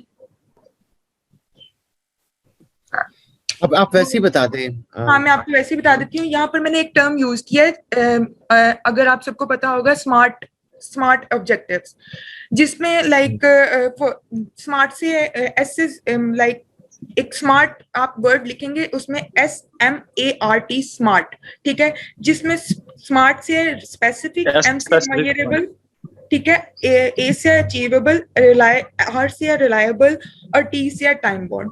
जैसे सर ने हमें लाइक हमारी प्रेजेंटेशन इसमें ये हम ऐड कर सकते हैं कि सर ने जैसे हमारी प्रेजेंटेशन के लिए हमें टाइम दिया है, ठीक है, उस टाइम में हमने जितना उसको किस तरह मैनेज करना है और किस तरह से एक्टिविटी स्टूडेंट से करवानी है जो कि हम स्टूडेंट से क्वेश्चन आंसरिंग भी कर सकें, ठीक है, और उनको इस सारे एक्टिविटी में इन्वॉल्व भी कर सकें। नेक्स्ट कीजिएगा। जो चार्टर था उसका राय भी एज सच बॉबिट के लिहाज से मिलती जुलती थी। उसने सोशल नीड की बुनियाद पर करिकुलम ऑब्जेक्टिव्स रखे थे, लाइक उसको हम कैसे अप्लाई करें और उसको कैसे इम्प्लीमेंट किया जाता है। चार्टर्ड ने लाइक साइंटिफिक मेथड यूज किया था जिसमें गोल्स की कलेक्शन उस तरह से हो कि मतलब स्टूडेंट उस तरह से गोल्स की अचीव कर सके जितनी उनमें सलाहियत होती है, जितनी उनमें काबिलियत होती है, उस तरह से अपने गोल्स को अचीव कर सकें। सॉरी।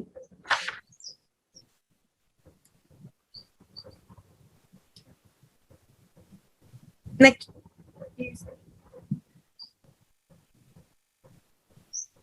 यहाँ पर 2 स्लाइड्स मिसिंग है, वो आप दोबारा से देख लीजिएगा। जी मैं मिक्रा ऑपरेट कर रही हैं। क्वेश्चंस आपने यहाँ पर दरअसल इनके क्वेश्चन में ना वर्बली बोल देती हूँ क्योंकि मेरे पास सुबह मैंने इसको दोबारा से चेंज किया तो मैंने इसमें ऐड किया था इकरा, मैंने ग्रुप में शेयर किया था। ठीक है एक्चुअली मैंने बाद में जब खोली ना तो सॉरी वो मिस हो गई है। इसका क्वेश्चन नंबर 1 है, आप पूछे आपने कौन सी ग्रुप से पूछने में क्वेश्चन बोलती हूँ। नूर क्वेश्चन के अलावा अच्छा चले क्वेश्चन में क्वेश्चन की बात नहीं करी, क्वेश्चंस के अलावा भी लाइक था ना। अच्छा, 2 क्वेश्चंस मैंने इसमें ऐड किए हैं। But who believed that curriculum should be start with outline? किसने बिलीव किया था कि करिकुलम आउटलाइन से स्टार्ट होनी चाहिए? बॉबिट ने। और उसकी कौन से 2 मेथड से जो उन्होंने यूज किए थे अबाउट करिकुलम ऑब्जेक्टिव्स?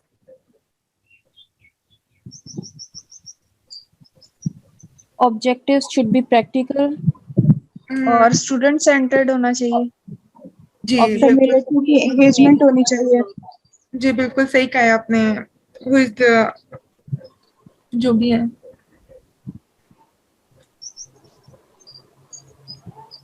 जो चार्टर्ड ने मेथड यूज किया था ना, वो सोशल नीड्स पे था।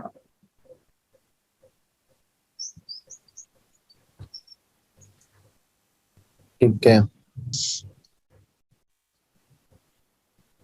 ओके। मेरे ख्याल में अब are you done?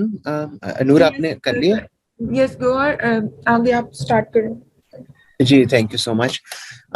Okay, we will be back to the this is the last model out of the 7 models that we're doing.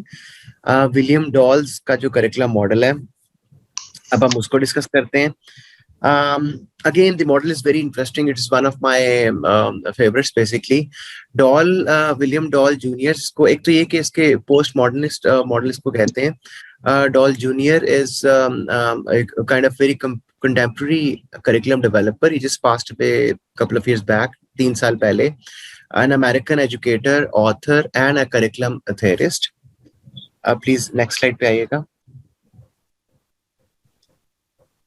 Okay, looking at the background of the model, it was written in response to the 1970s behaviorist and humanist models. हमारे जो 70s में जो models आए थे to do with behaviorists और humanist models बहुत ज़्यादा कहते हैं, खास तौर पे टाइलर के मॉडल को कहा जाता है कि it was in response to those models.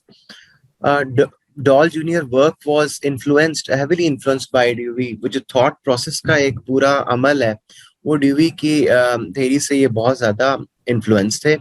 इसके अलावा पियाजेट, ब्रूनर एंड व्हाइटहेड से भी काम में इन्फ्लुएंस है, लेकिन ड्यूवी की थॉट्स जो हैं वो आपको डॉल्स के मॉडल्स में काफी ज्यादा इन्फ्लुएंसिव नजर आती हैं.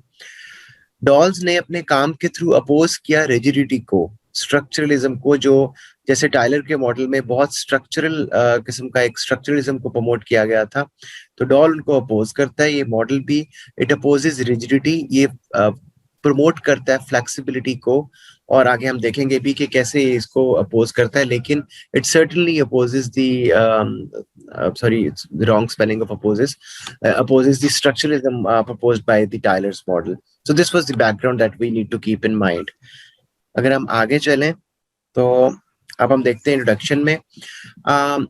एक तो जैसे मैंने बताया आपको कि Doll junior model is based on post modern curriculum, and by post modern curriculum we mean to include all these things जो हम नीचे देख रहे हैं, जिसमें it talks about the education system and the curriculum making to be very flexible approach. Adaptability होनी चाहिए बहुत ज्यादा. It gives chances for learners to add a lot of more value into it. Creativity का element बहुत ज़्यादा highlight करता है. It has to give opportunities of learning and of saying to students and teachers and everybody who's part of the system. It gives ample opportunities for students to develop their problem solving skills, and obviously it gives opportunities and room for collaboration among every stakeholder in the system, चाहे वो teacher है चाहे वो student है, and altogether it caters to the improvement in the overall. सारे values जो हैं ये improvement लेके आते हैं according to Doll in the system of education. ये deductive, I'm sorry, एक मिनट के पीछे please kindly आपको जाना पड़ेगा. Deductive again approach है to generate curriculum with no predefined outcomes. ये बड़ा important part है. No predefined outcomes. आपने पहले से कोई mind में बना नहीं होता कि this has to be the outcome of my lesson, या मेरे उस कोर्स का यही outcome होना चाहिए. ये कोई predefined नहीं है, लेकिन obviously this is deductive in nature. Ji, next slide पे भी आइएगा. अच्छा, इस मॉडल के अंदर अगेन ये 4 आर, जिसको 4 आर जिसके बड़े इंपॉर्टेंट हैं, ये आपने याद रखते हैं, इस पे ही क्वेश्चन होगा। ये एडवोकेट करता है इन 4 आर्स को, which include richness, recursion, relations and rigour. So हम इन चारों को जरा वन बाय वन देखते हैं and will try to understand कि क्या मतलब है इसका। सबसे पहले रिचनेस की बात करते हैं। रिचनेस, जैसे आपको पता है, it tells the depth of the curriculum, कितना रिच है, कितना उसमें अपॉर्चुनिटीज दिए जा रहे हैं for learning and for adding more things in there in under any topic. So अच्छा, अब जब आप ये बात करते हैं, जैसे आप ज्योग्राफी पढ़ा रहे हैं फॉर एग्जांपल, समझने के तौर पे एग्जांपल दे रहा हूँ, तो जरूरी नहीं है कि आपने you will have to start from one point and then you go on to the other. And when we talk about the richness and when we talk about the opportunity for learners to add more things there, जब हम flexibility की बात भी करते हैं, तो it could come up with anyone. एक student ये भी पूछ सकता है कि कॉन्टिनेंट्स कितने हैं, टॉपिक हमारा कॉन्टिनेंट का। एक और स्टूडेंट पूछ सकता है कि why we have north and south America या अफ्रीका, तो आपकी डाइवर्ट हो गया उसकी तरफ। ये भी पूछा जा सकता है कि हमारे दुनिया में कितने पॉपुलेशन है और कितने हिस्से पे पानी है, कितने पे we have land. So it's basically move to and fro, जो मूवमेंट होती है ऑफ इश्यूज, ये बहुत ज्यादा होती है, डिटेल्स होती है। स्टूडेंट्स के पास चॉइसेस होते हैं, they can answer more, they can ask more questions. So ये सब चीजें जब होती हैं तो फिर उसका एक साथ उसके एसोसिएट होगा कि वो केओस भी होगा। Since you have not planned that accurately, आपने बिल्कुल इतना एक डिटेल में प्लान नहीं किया हुआ, तो उसका रिजल्ट ये भी निकलता है कि it could lead to chaotic situation. Chaos होता है जिसमें आप डिसइक्विलिब्रियम का एलिमेंट भी हो सकता है। You've got lived experiences, जो स्टूडेंट्स अपने एक्सपीरियंस भी शेयर कर सकते हैं, ऑब्वियसली टीचर भी करता है। एक the environment of disequilibrium is there and indeterminacy जिसको कहते हैं, वो भी एक इट इज देयर। सो ये सारे फिर उस पैकेज का हिस्सा है जब हम बात करते हैं कि too much of richness in the curriculum would allow students to jump from one point to the other, but this would certainly lead to all these chaotic situations as well. It is continuously negotiated between teachers, students and texts. ये एक constant एक negotiation होती है between among teachers, students and the text. Teacher को भी देखना है, उसने अपना जो उसके पास जो objectives जो माइंड में हैं अपने सेशन के, उसने वो भी कवर करने हैं, but at the same time they would want कि students अपनी maximum इनपुट दें और अपना अगर कोई और आइडिया डिस्कस करना चाहें तो वो भी करें। एट द सेम टाइम हमें टेक्स्ट को भी देखना है, बुक्स को, या जो हमारे रिटन फॉर्म में चीजें फॉलो कर रहे हैं, वी फॉलो दैट। तो एक कॉन्स्टेंटली निगोशिएट हो रहा होता है।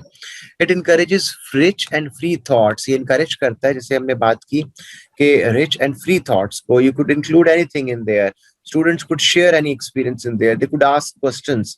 ये क्वेश्चंस के ऊपर बहुत ज्यादा फोकस करता है। It asks time and again for students to become more rational, more inquisitive in nature. जी प्लीज नेक्स्ट पे आइएगा। ये पहला आर था हमारा रिचनेस का, नाम आपने प्लीज याद रखने हैं सारे 4 आर्स के। दूसरा जो आर है, जो डॉल के मॉडल में बड़ा क्लियरली फोकस होता है, वो रिकर्शन का है। जैसे आप फ्रॉम द वर्ड अंडरस्टैंड कर रहे हैं रिकर्शन, रिकर्शन एक चीज लूप में की फॉर्म में हो रही है। देयर इज, जैसे एक कोटेशन पे लिखी हुई है, every story has an ending but every ending is a new beginning. तो basically this is going on a loop. हमारे जो एजुकेशन में recursion lies at the heart of transformative curriculum. चूंकि ये मॉडल सपोर्ट करता है, प्रमोट करता है, एडवोकेट करता है ट्रांसफॉर्मेटिव करिकुलम को, इसलिए ये रिकर्शन बहुत ओरिएंटेड है। और recursion develops competence. Learning is thought of as a loop, एक लूप की तरह। It is connected, one thing is connected with the other. Every ending is a new beginning and this is how we make meaning from our learning. हमारी learning जो है वो एक constant, एक chain की form में चलती जाती है, एक चीज दूसरे से link होती है, और ये एक repeated form, एक loop की form में learning keeps on going. The curriculum will be open, not closed. जैसे मैंने बात की आपको कि एक जरूरी नहीं है, जैसे आप फॉर एग्जाम्पल एक टीचर क्लास में अगर तो बिल्कुल एक लीनियर अप्रोच में लेके चल रहा है, अगर बड़ा क्लोज उसका ओपन की बजाय वो एक माइंडसेट है, तो वो क्या होगा कि वो एक एक स्टेप पे करवाएगा।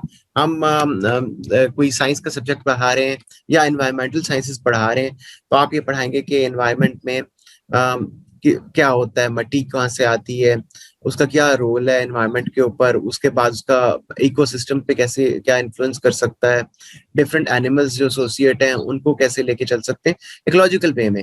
बट यहाँ पे बात ये हो रही है कि it could people could jump from one point to the other. So वो पूछ सकते हैं स्टूडेंट्स के स्ट्रेट अवे, अब जब बात करें सॉइल की, इन्वायरमेंट की, तो स्ट्रेट अवे पूछ सकते हैं कि उसका इम्पैक्ट मुख्तलिफ एनिमल्स पे क्या हो सकता है, बीच वाले स्टेप छोड़ के भी। तो ये एक लेकिन you could always connect the missing part at later stage. तो आपस में कनेक्टेड होता है, इट इज ओपन, और एक शेयरिंग ऑफ थॉट्स बड़ी ज्यादा प्रमोट की जा रही होती है। Knowledge and meaning with open ended reasoning. Open ended reasoning is a की वर्ड हेयर। आप स्टूडेंट्स को पूरा चांस देते हैं कि वो अपनी रीजनिंग दे सकें, अपनी रीजनिंग डेवलप कर सकें, लॉजिकल क्वेश्चंस कर सकें, इंटरैक्ट कर सकें। और ये इंटरेक्शन कहाँ हो रही है? स्टूडेंट टू स्टूडेंट भी हो रही है और स्टूडेंट टू टीचर भी डायलॉग हो रहा है। तो this according to William Doll's पूरा एजुकेशन का जो एक्सपीरियंस है वो डायलॉग्स बेस्ड होना चाहिए, student to student, teacher to student and teacher to teacher as well. So this was the recursion part. अगर हम आगे चलें, थर्ड आर की तरफ आए, रिलेशंस की बात हो रही है। This is perhaps most important R out of the four, because हम जो बात कर रहे थे अभी कि डायलॉग हो रहा है student to student, student to teacher, teacher to teacher. तो this is what is happening is basically, क्योंकि ये ट्रांसफॉर्मेटिव है, तो relations are also transformative in two ways, pedagogically भी और कल्चरली भी। तो अगेन एक बात तो ये समझने की जरूरत है कि जब हम इतना रिलाई कर रहे हैं लोगों के ऊपर, हम इतना रिलाई कर रहे हैं, इतना अपॉर्चुनिटीज दे रहे हैं स्टूडेंट्स को भी और टीचर्स को भी, और प्रमोट कर रहे हैं according to this model, Doll promote करता है कि आपस में उनकी they are interactive with each other, तो they need relations for that. और दोनों किस्म के, पेडागोजिकली भी और कल्चरली भी। पेडागोजिकल का मतलब क्या है? Pedagogical relations focus on the connection with in a curriculum structure which give the curriculum its depth। जैसे मैंने आपको अभी एग्जांपल दी थी कि अगर आप एनवायरमेंट साइंस पढ़ा रहे हैं तो जरूरी नहीं है कि आपने पहले एक पॉइंट पढ़ाना है और फिर आपने सीक्वेंस में सेकंड पॉइंट और थर्ड और fourth. It could, students could ask, जब कि वो फौरन आ सकते हैं कि इसका इम्पैक्ट क्या है और बाद में हम कोई पॉइंट कर सकते हैं। तो पेडागोजिकल रिलेशन का मतलब है कि कनेक्शन एक क्रिएट किया जाए हमारे करिकुलम के स्ट्रक्चर के अंदर। सो टीचर को बड़ा स्मार्ट होना पड़ता है, उसको पता होना चाहिए कि हमने ये टॉपिक पे आज डिस्कस किया है, तो अब हम इसके ऊपर जो टॉपिक मिस हो गया, इस बात नहीं हुई, वो हम किसी और वक्त करेंगे, बट इसकी एक मैपिंग होनी जरूरी है। तो और दूसरा जो बात की हुई है कल्चरल, आपके जो रिलेशंस हैं, cultural relations emphasise narration and dialogue as key vehicles in interpretation. बहुत ही इंपॉर्टेंट है। every culture has their own way of thinking, they have their own insights, they have their own way of narrating or interpreting the ideas. It provokes the written thoughts, it encourage people oriented education। लोगों की जो oriented है वो बड़ा important होता है। हम कोई भी चीज सीखने के लिए उस कल्चर को या उस सोसाइटी के सोचने के तरीके को हम इग्नोर नहीं कर सकते। आप देखें फॉर एग्जांपल वेस्ट के अंदर प्राइमरी लेवल ऑफ एजुकेशन में जब वो पढ़ा रहे होते हैं तो एवोल्यूशन का जो कॉन्सेप्ट है, जो डार्विन का कॉन्सेप्ट है, उसके ऊपर फोकस बहुत ज्यादा होता है और एक अर्ली एज से बच्चों के माइंड को प्रिपेयर किया जाता है कि ये पूरा सिस्टम बना कैसे। लेकिन हमारे यहाँ पे I remember it was part of the curriculum that I studied at school as well, लेकिन फोकस बहुत कम था, बहुत ही कम था, because culturally it is not suitable over here. हमारा focus obviously because of religious perspective, हम जो एवोल्यूशन का हमारा एक सोचने का तरीका है हम उसको फोकस ज्यादा करते हैं। तो ये तो बड़ी ब्रॉडर एग्जांपल है और बहुत सारी भी चीजें culture to culture we have to see कि लोग उसको, सोसाइटी उसको इंटरप्रेट कैसे करती है। तो ये दोनों रिलेशंस की बात होती है, pedagogical as well as cultural relations. और रिलेशंस की जो कि बात कर रहे हैं और हम बात करें टीचर का रोल, टीचर टू स्टूडेंट का रिलेशन, तो अगर अगली स्लाइड पे आए तो आप देखेंगे कि इन पिक्टोरल फॉर्म ये एक इसी बात को, आर्गुमेंट को आपको पिक्चर्स में भी नजर आ रहा है। आप अगर ऊपर की दो पिक्चर्स देखें जो टॉप पे दो हैं तो आप देख सकते हैं कि ये as teachers we do not and can not transmit information directly. ये डिस्करेज करता है, this model also being post modernist in its nature, it discourage the idea कि आप गैस स्टेशन पे जैसे एक फील्ड आ रहे हैं गाड़ी में, बिल्कुल वैसे एक टीचर एक स्टूडेंट में इंजेक्ट नहीं कर सकता इंफॉर्मेशन। या आप दूसरी पिक्चर पे देख रहे हैं जहाँ पे वो जो सारे स्टूडेंट्स जो है डेस्क पे बैठे हुए हैं और जस्ट लाइक मैकेनिकल एक प्रोसेस की तरह, रोबोट्स की तरह सीख रहे हैं, और the student who is watching out of the window the teacher is calling back the student और उसे कह रही है तुम बहुत मिस कर रही हो, वापस अपने वर्क स्टेशन पे आओ। हालांकि जो लर्निंग उसकी by looking out the window हो रही है, वो जो एक्सपीरियंस ले रही है, वो भी it self is a very very important transformative learning जिसको डिस्करेज किया जा रहा है। तो बेसिकली जो कह रहे हैं ना वो यही है ना कि भाई डेमोक्रेटिक वे में होनी चाहिए, ये नहीं है कि हम उनको जोर और जबरदस्ती हम कर लेंगे, जब तक वो चाह नहीं रहे आप कर नहीं सकते उनकी लर्निंग। बिल्कुल, एब्सोल्युटली, आप समझ गए जैसे डेवी ने कहा था learning by doing, learning by doing, absolutely. ये नीचे लिखा भी यही हुआ है कि this is why Dewey says teaching, ये बड़े important, I like the words, मुझे बड़े पसंद है उसके words. Teaching is an interactive process with learning as a by product of that interaction. मतलब क्या है कि आपकी टीचिंग का मतलब ही इंटरैक्टिव होना चाहिए। इंटरैक्टिव प्रोसेस है जहाँ पे दोनों parties, student teacher, teacher teacher या स्टूडेंट स्टूडेंट आपस में दे आर इंटरैक्टिंग, और लर्निंग जो है वो उसका एक बाय प्रोडक्ट है। बजाय इसके कि जो हम पहले से माइंड बना लें कि मैंने आज 40 मिनट्स के पीरियड में ये चीज चैप्टर खत्म करा के छोड़ना है, चाहे वो समझ में आए या ना आए, बस आपने चूंकि आपके वो एक उसका एक टाइमलाइन बनाई हुई है, आपने पार्ट है, तो आप उसे खत्म करवाते हैं। तो which is not the way, which is not supportive by this model as well. आपको नीचे की दोनों पिक्चर्स में नजर आ रहा है कि students they are learning on their own, they are working in groups, उनके सॉफ्ट स्किल्स डेवलप हो रहे हैं, टीम बिल्डिंग स्किल्स डेवलप हो रहे हैं, वो खुद कर रहे हैं, हैंड्स ऑन एक्सपीरियंस है, और एक उनका एक विलिंगनेस, एक रेडीनेस नजर आ रहा है स्टूडेंट्स का, they are enjoying as well. So basically Doll, ये जो पूरा मॉडल है ये भी यही चीज नरेट करता है जब हम रिलेशंस की बात करते हैं, कि ये एक अपॉर्चुनिटी दी जाए, फ्लेक्सिबल अप्रोच हो आपकी, जहाँ पे maximum opportunity of learning is given to students. और अगर हम आगे आए लास्ट आर पे, move back to the R, rigour की बात हो रही है।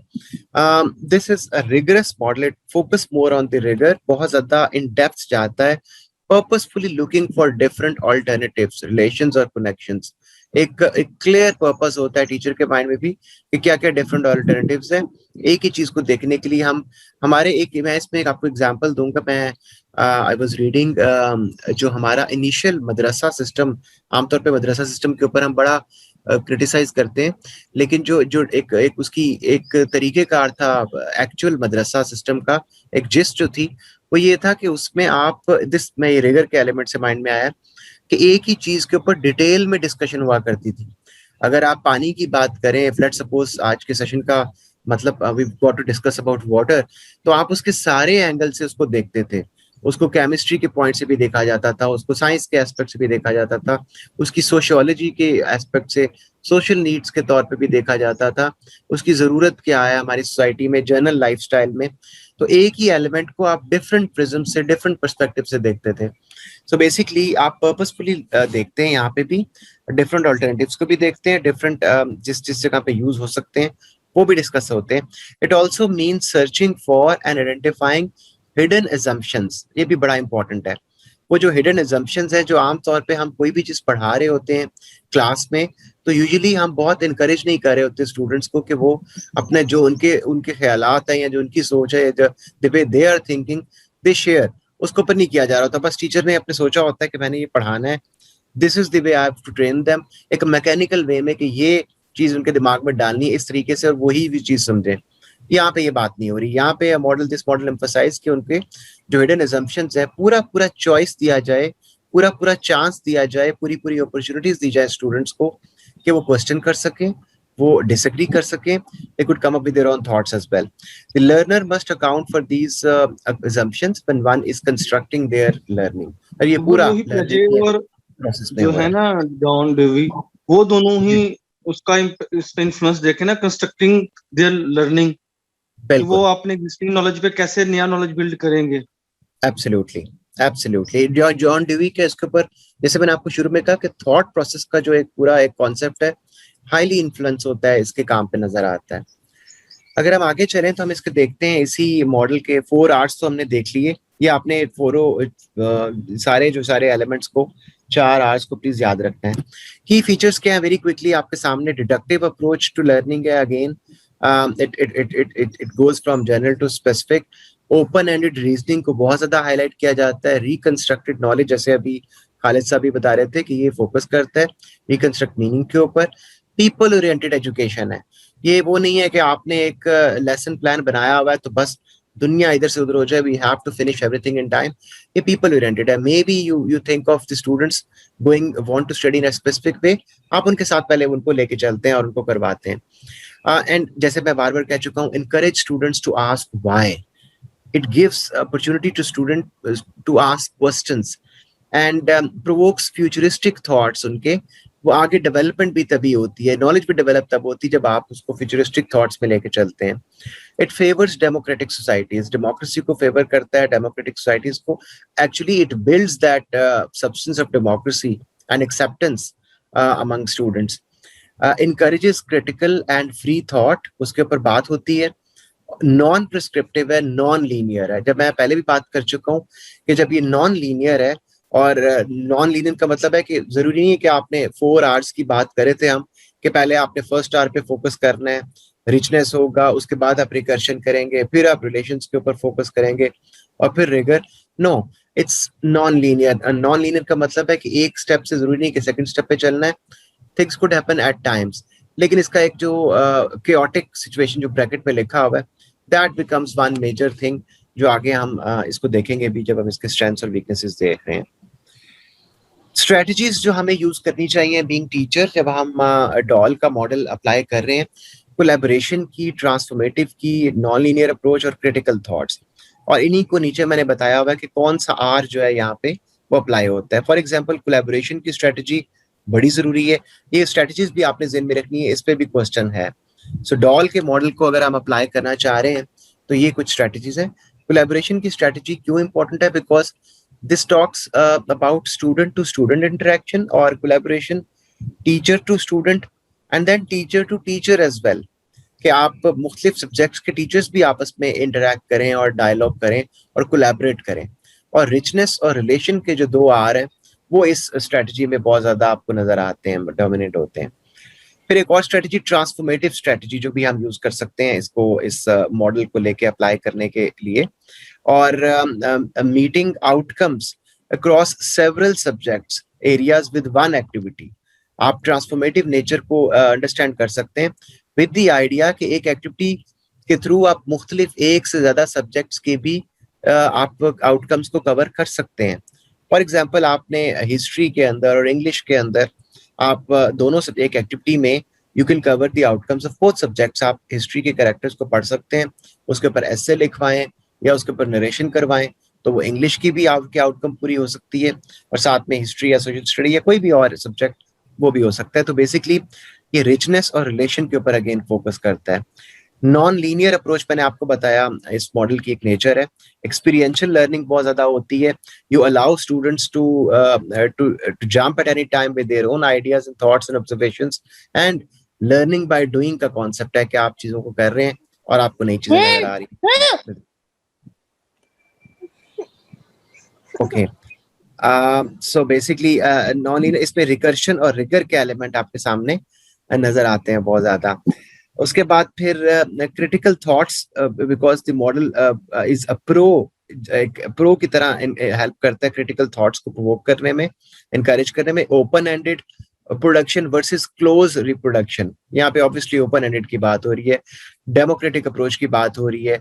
रिचनेस, रिकर्शन, रिगर, इन तीनों को ये strategy of following critical thoughts बहुत ज्यादा इसके ऊपर फोकस होता है।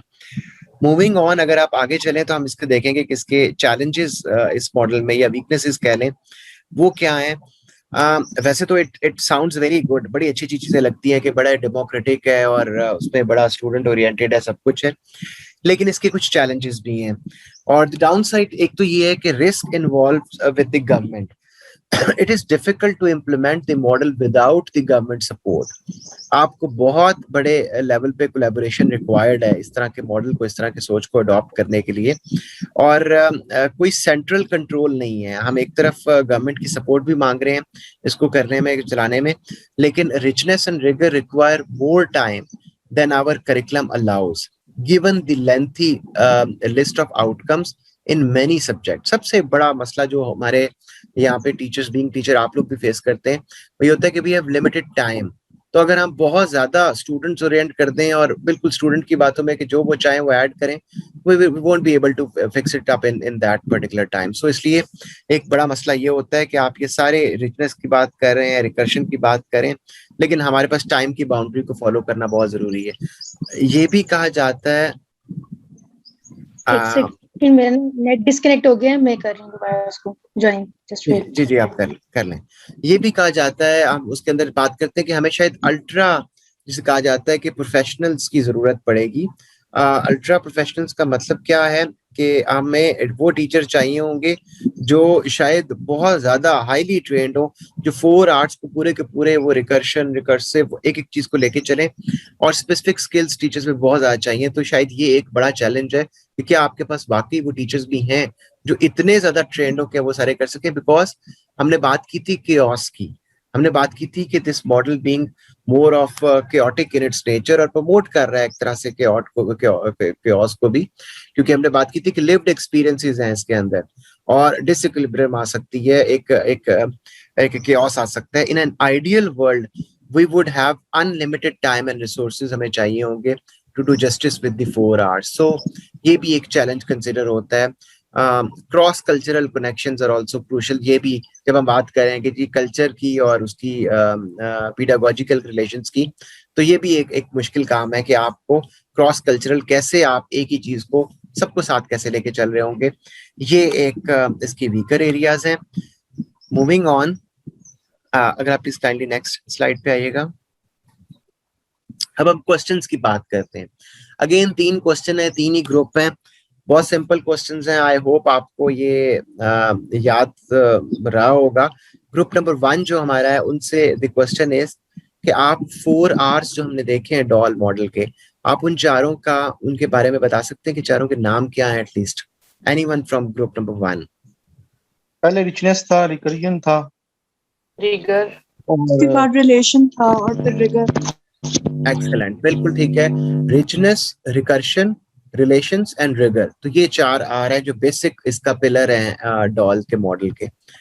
ग्रुप नंबर 2, सेकंड अगले ग्रुप से the question is name any 2 strategies to encounter या टू प्रमोट डॉल मॉडल. को आप जब डॉल्स के मॉडल के लिए कोई से 2 हमने देखी, कोई स्ट्रेटजीज बता सकते हैं आप कि क्या होना चाहिए, कैसे अप्लाई कर सकते हैं?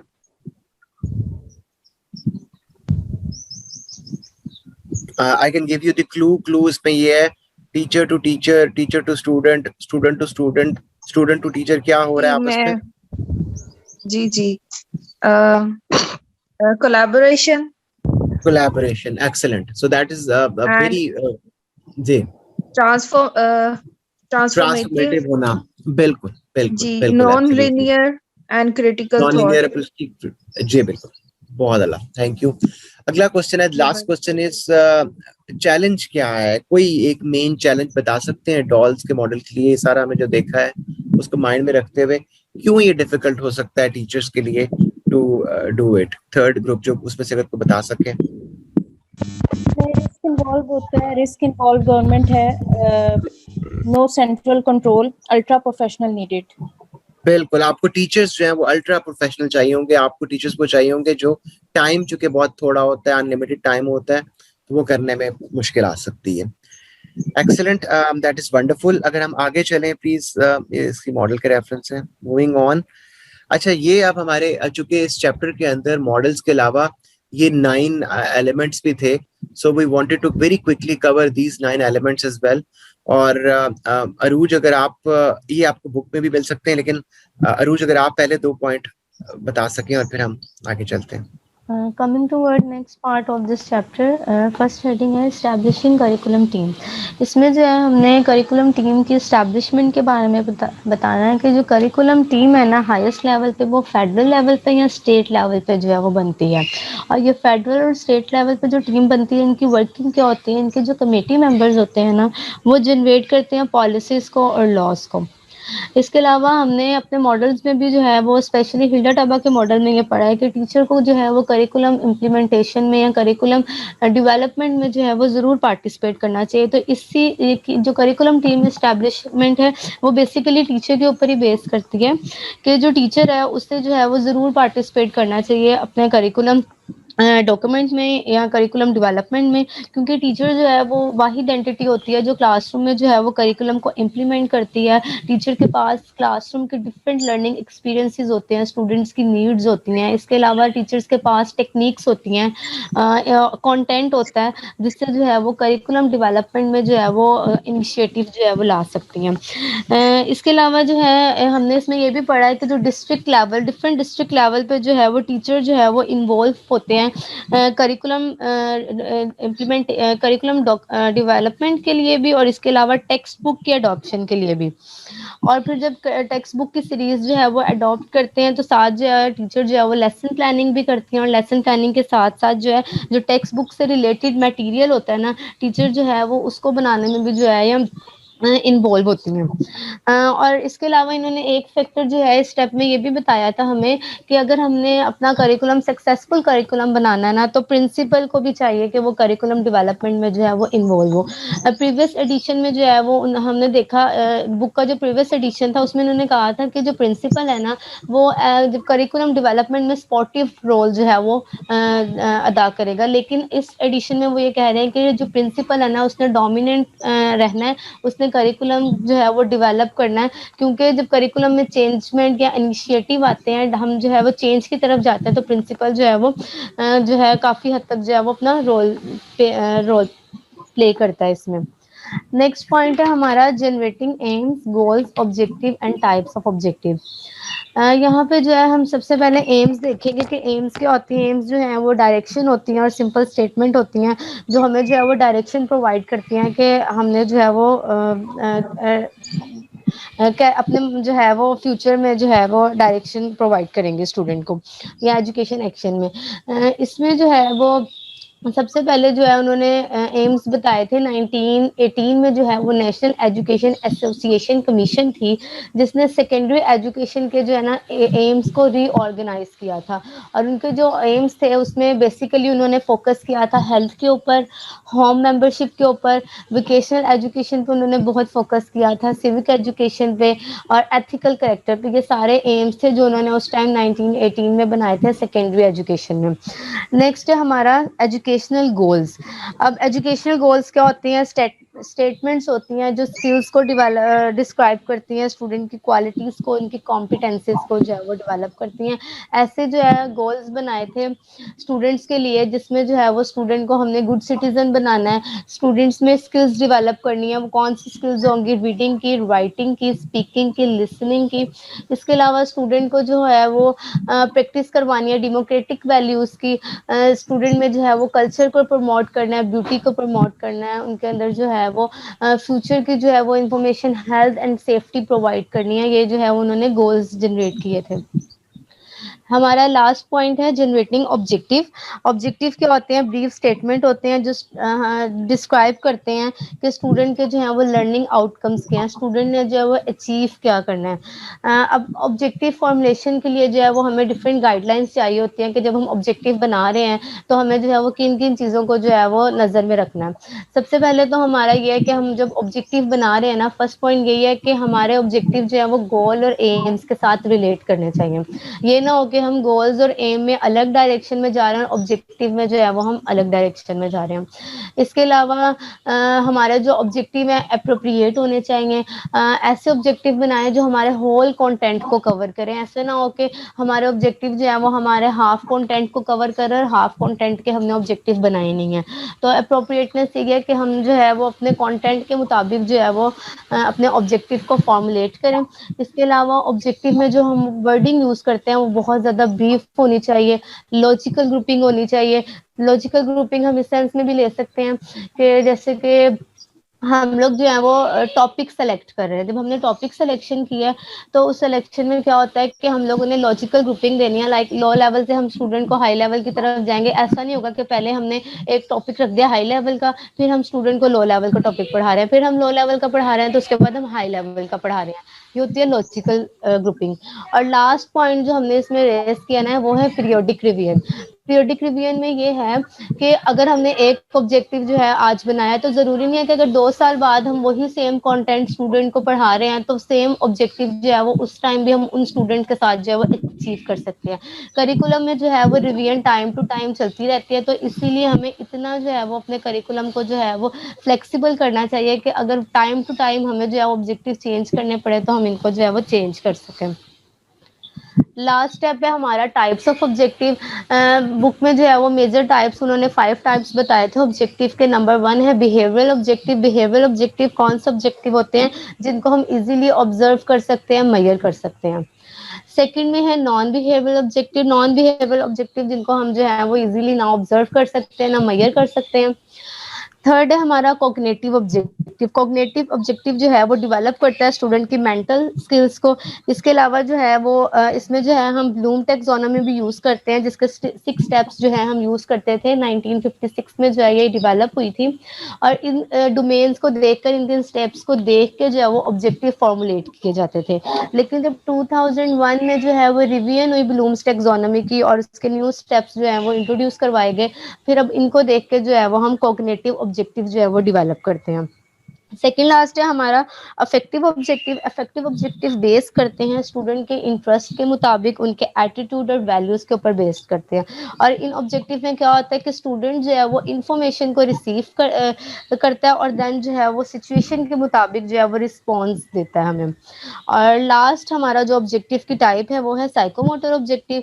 इसमें स्टूडेंट जो है वो मोटर स्किल्स की ऑब्जेक्टिव जो है हम डेवलप करते हैं या फिजिकल कोऑर्डिनेशन जो है वो हम डेवलप करते हैं। Now next presenter Noor. Selecting curriculum content.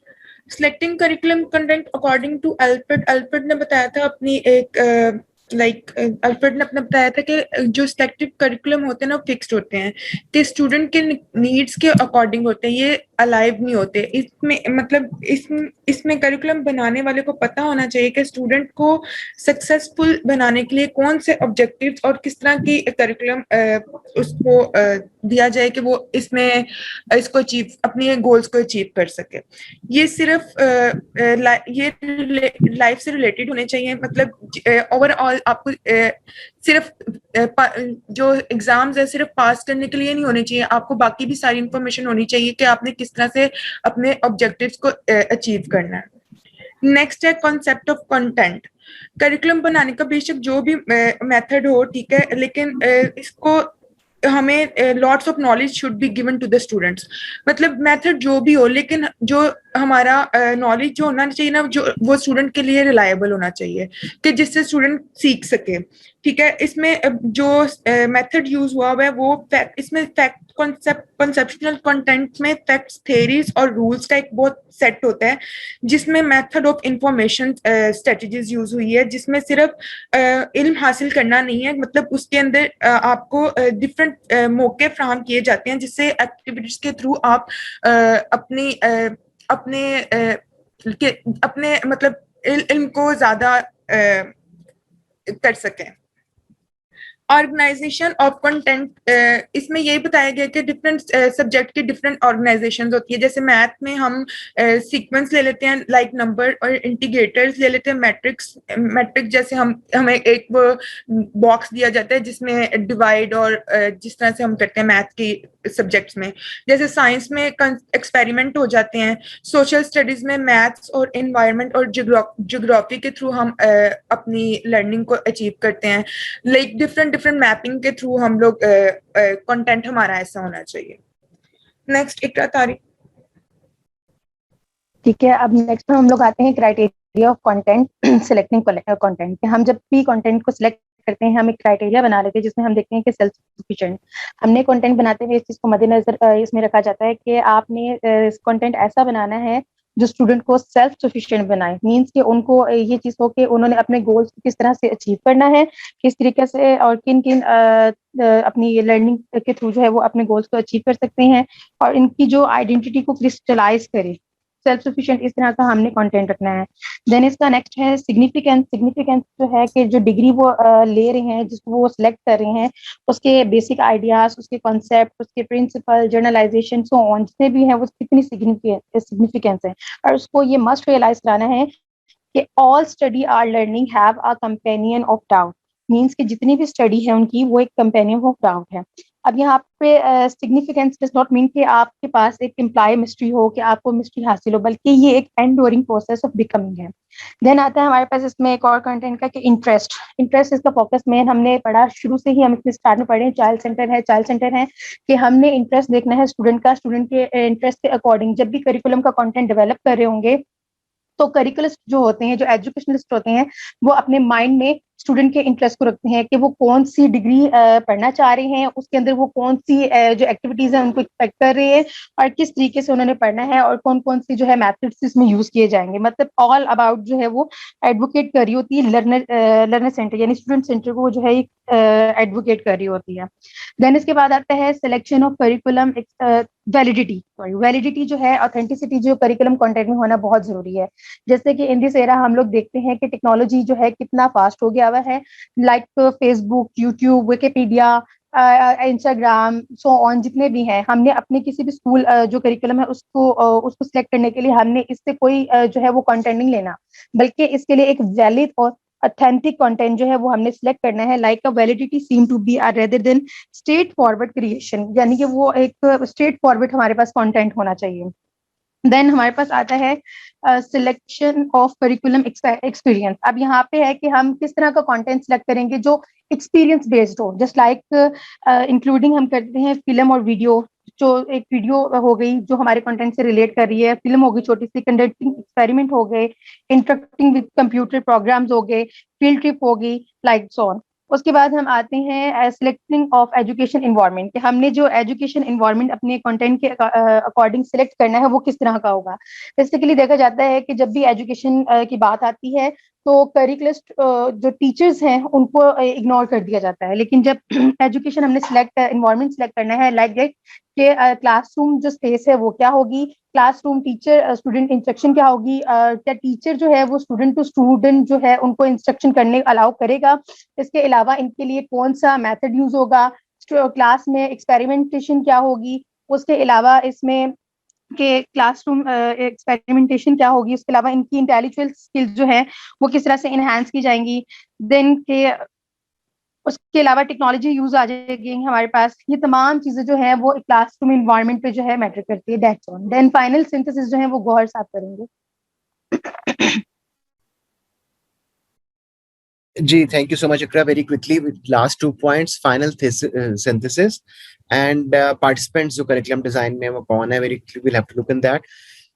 Final synthesis is synthesis की जब हम बात करते हैं, the stages of curriculum design should result in a document. एक document होना चाहिए that addresses content, educational experience and educational environment. ये सारी चीजें जिसमें इकट्ठी नोट डाउन हो, in keeping with the school का जो aim, goal and objectives को माइंड में रखते हुए. So basically ये जितना कुछ हमने पूरा देखा है, सारा कुछ जो मेरे बाकी ग्रुप मेंबर्स ने भी बताया है, इन सबको डॉक्यूमेंट करना है, एंड वी हैव टू उसको सारे को एक डॉक्यूमेंट के ऊपर लेके आना है. तो ये एक सिंथेसाइज करना है पूरी एक्टिविटी को.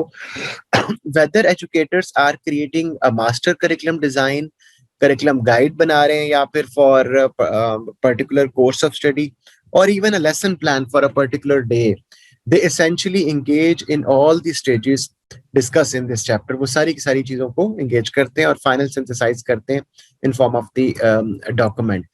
Participants जो curriculum development में होते हैं, we all know that teachers have to be part of the process. Students हैं, principals हैं, curriculum specialist होते हैं जो इसके अंदर इसका process का part बनते हैं.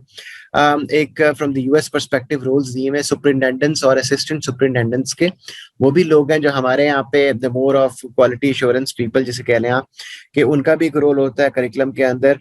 फिर गवर्नमेंट का रोल होता है, फेडरल गवर्नमेंट का. In the US they have a system of federal government and state agencies. यहाँ पे हमारे अगर उस एंगल से देखें तो obviously the federal government as a main stakeholder, lay citizens भी हैं, रीजनल ऑर्गेनाइजेशंस हैं और बाकी पार्टिसिपेंट्स भी हैं. वेरी क्विकली, टीचर्स का सबसे इंपॉर्टेंट रोल है. We know that region as well or no longer are they just responsible for developing lesson plans and serving on curriculum committee, बल्कि teachers have now an expanded role कि वो सिर्फ पढ़ाने के लिए नहीं है बल्कि curriculum design करने में भी उनकी बड़ी input चाहिए।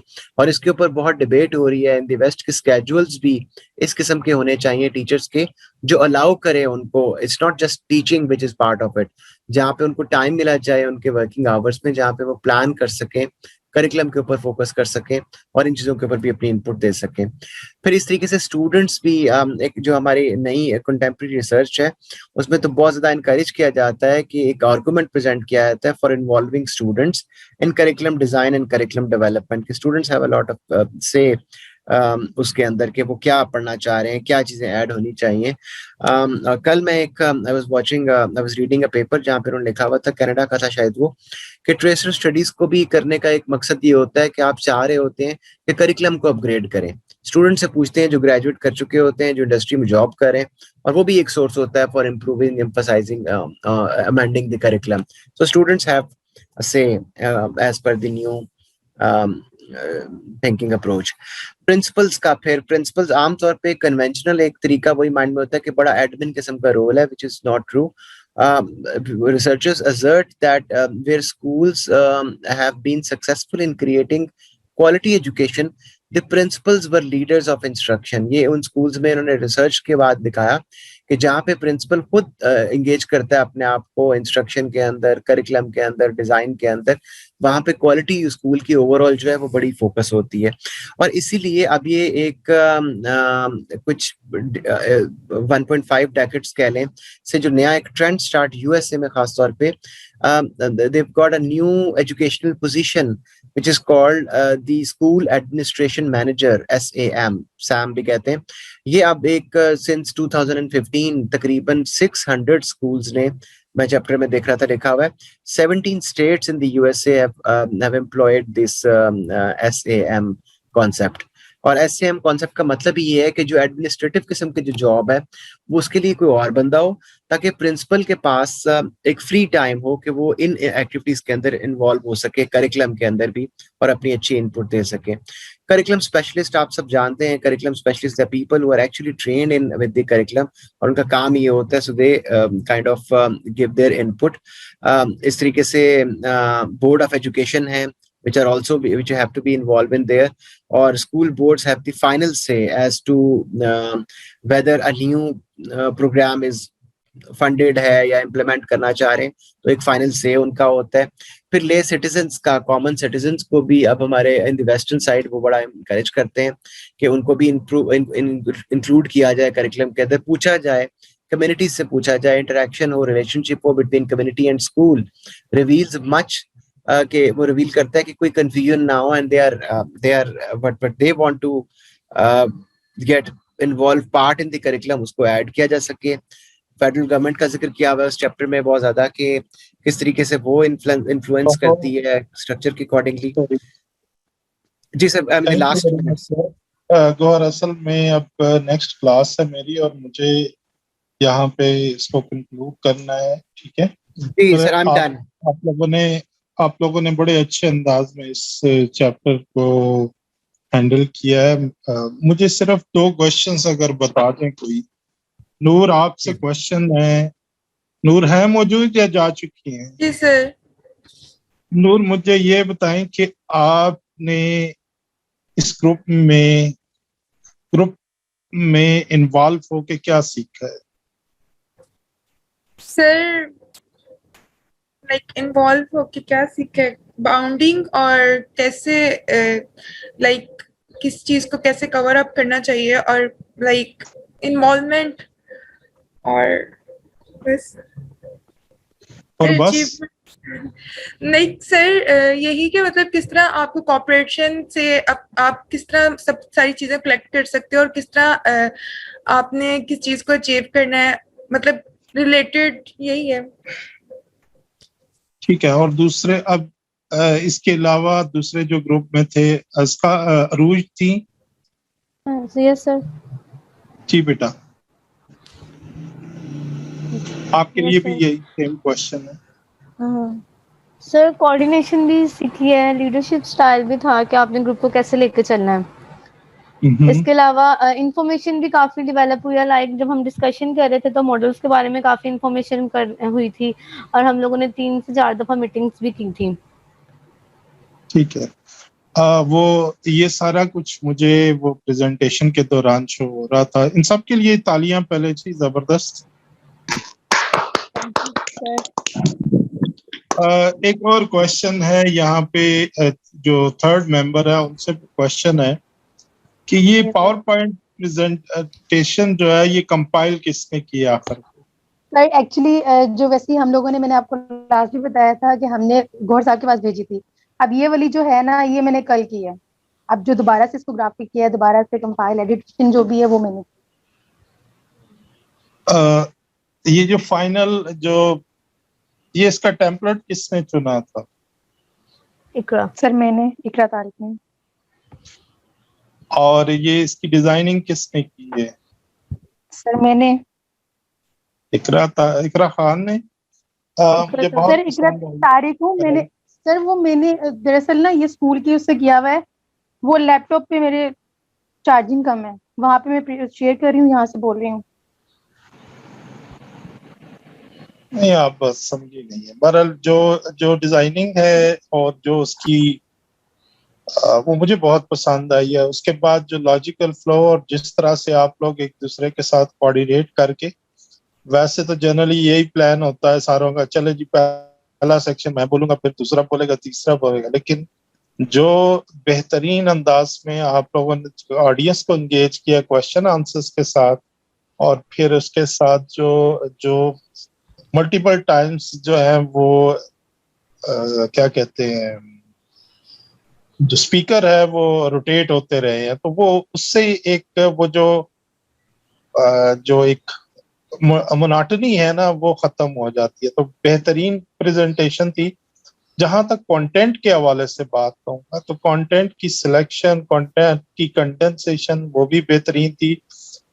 ओवरऑल मैं जब ये सुन रहा था तो मुझे यूं लग रहा था कि ये जो शुरू में जब मैंने बुक असाइन की तो मुझे यूं लग रहा था कि शायद ये स्टूडेंट्स के लेवल से बुक काफी हाई है, शायद वो इसको ग्रैस्प नहीं कर पाएंगे, लेकिन जबरदस्त।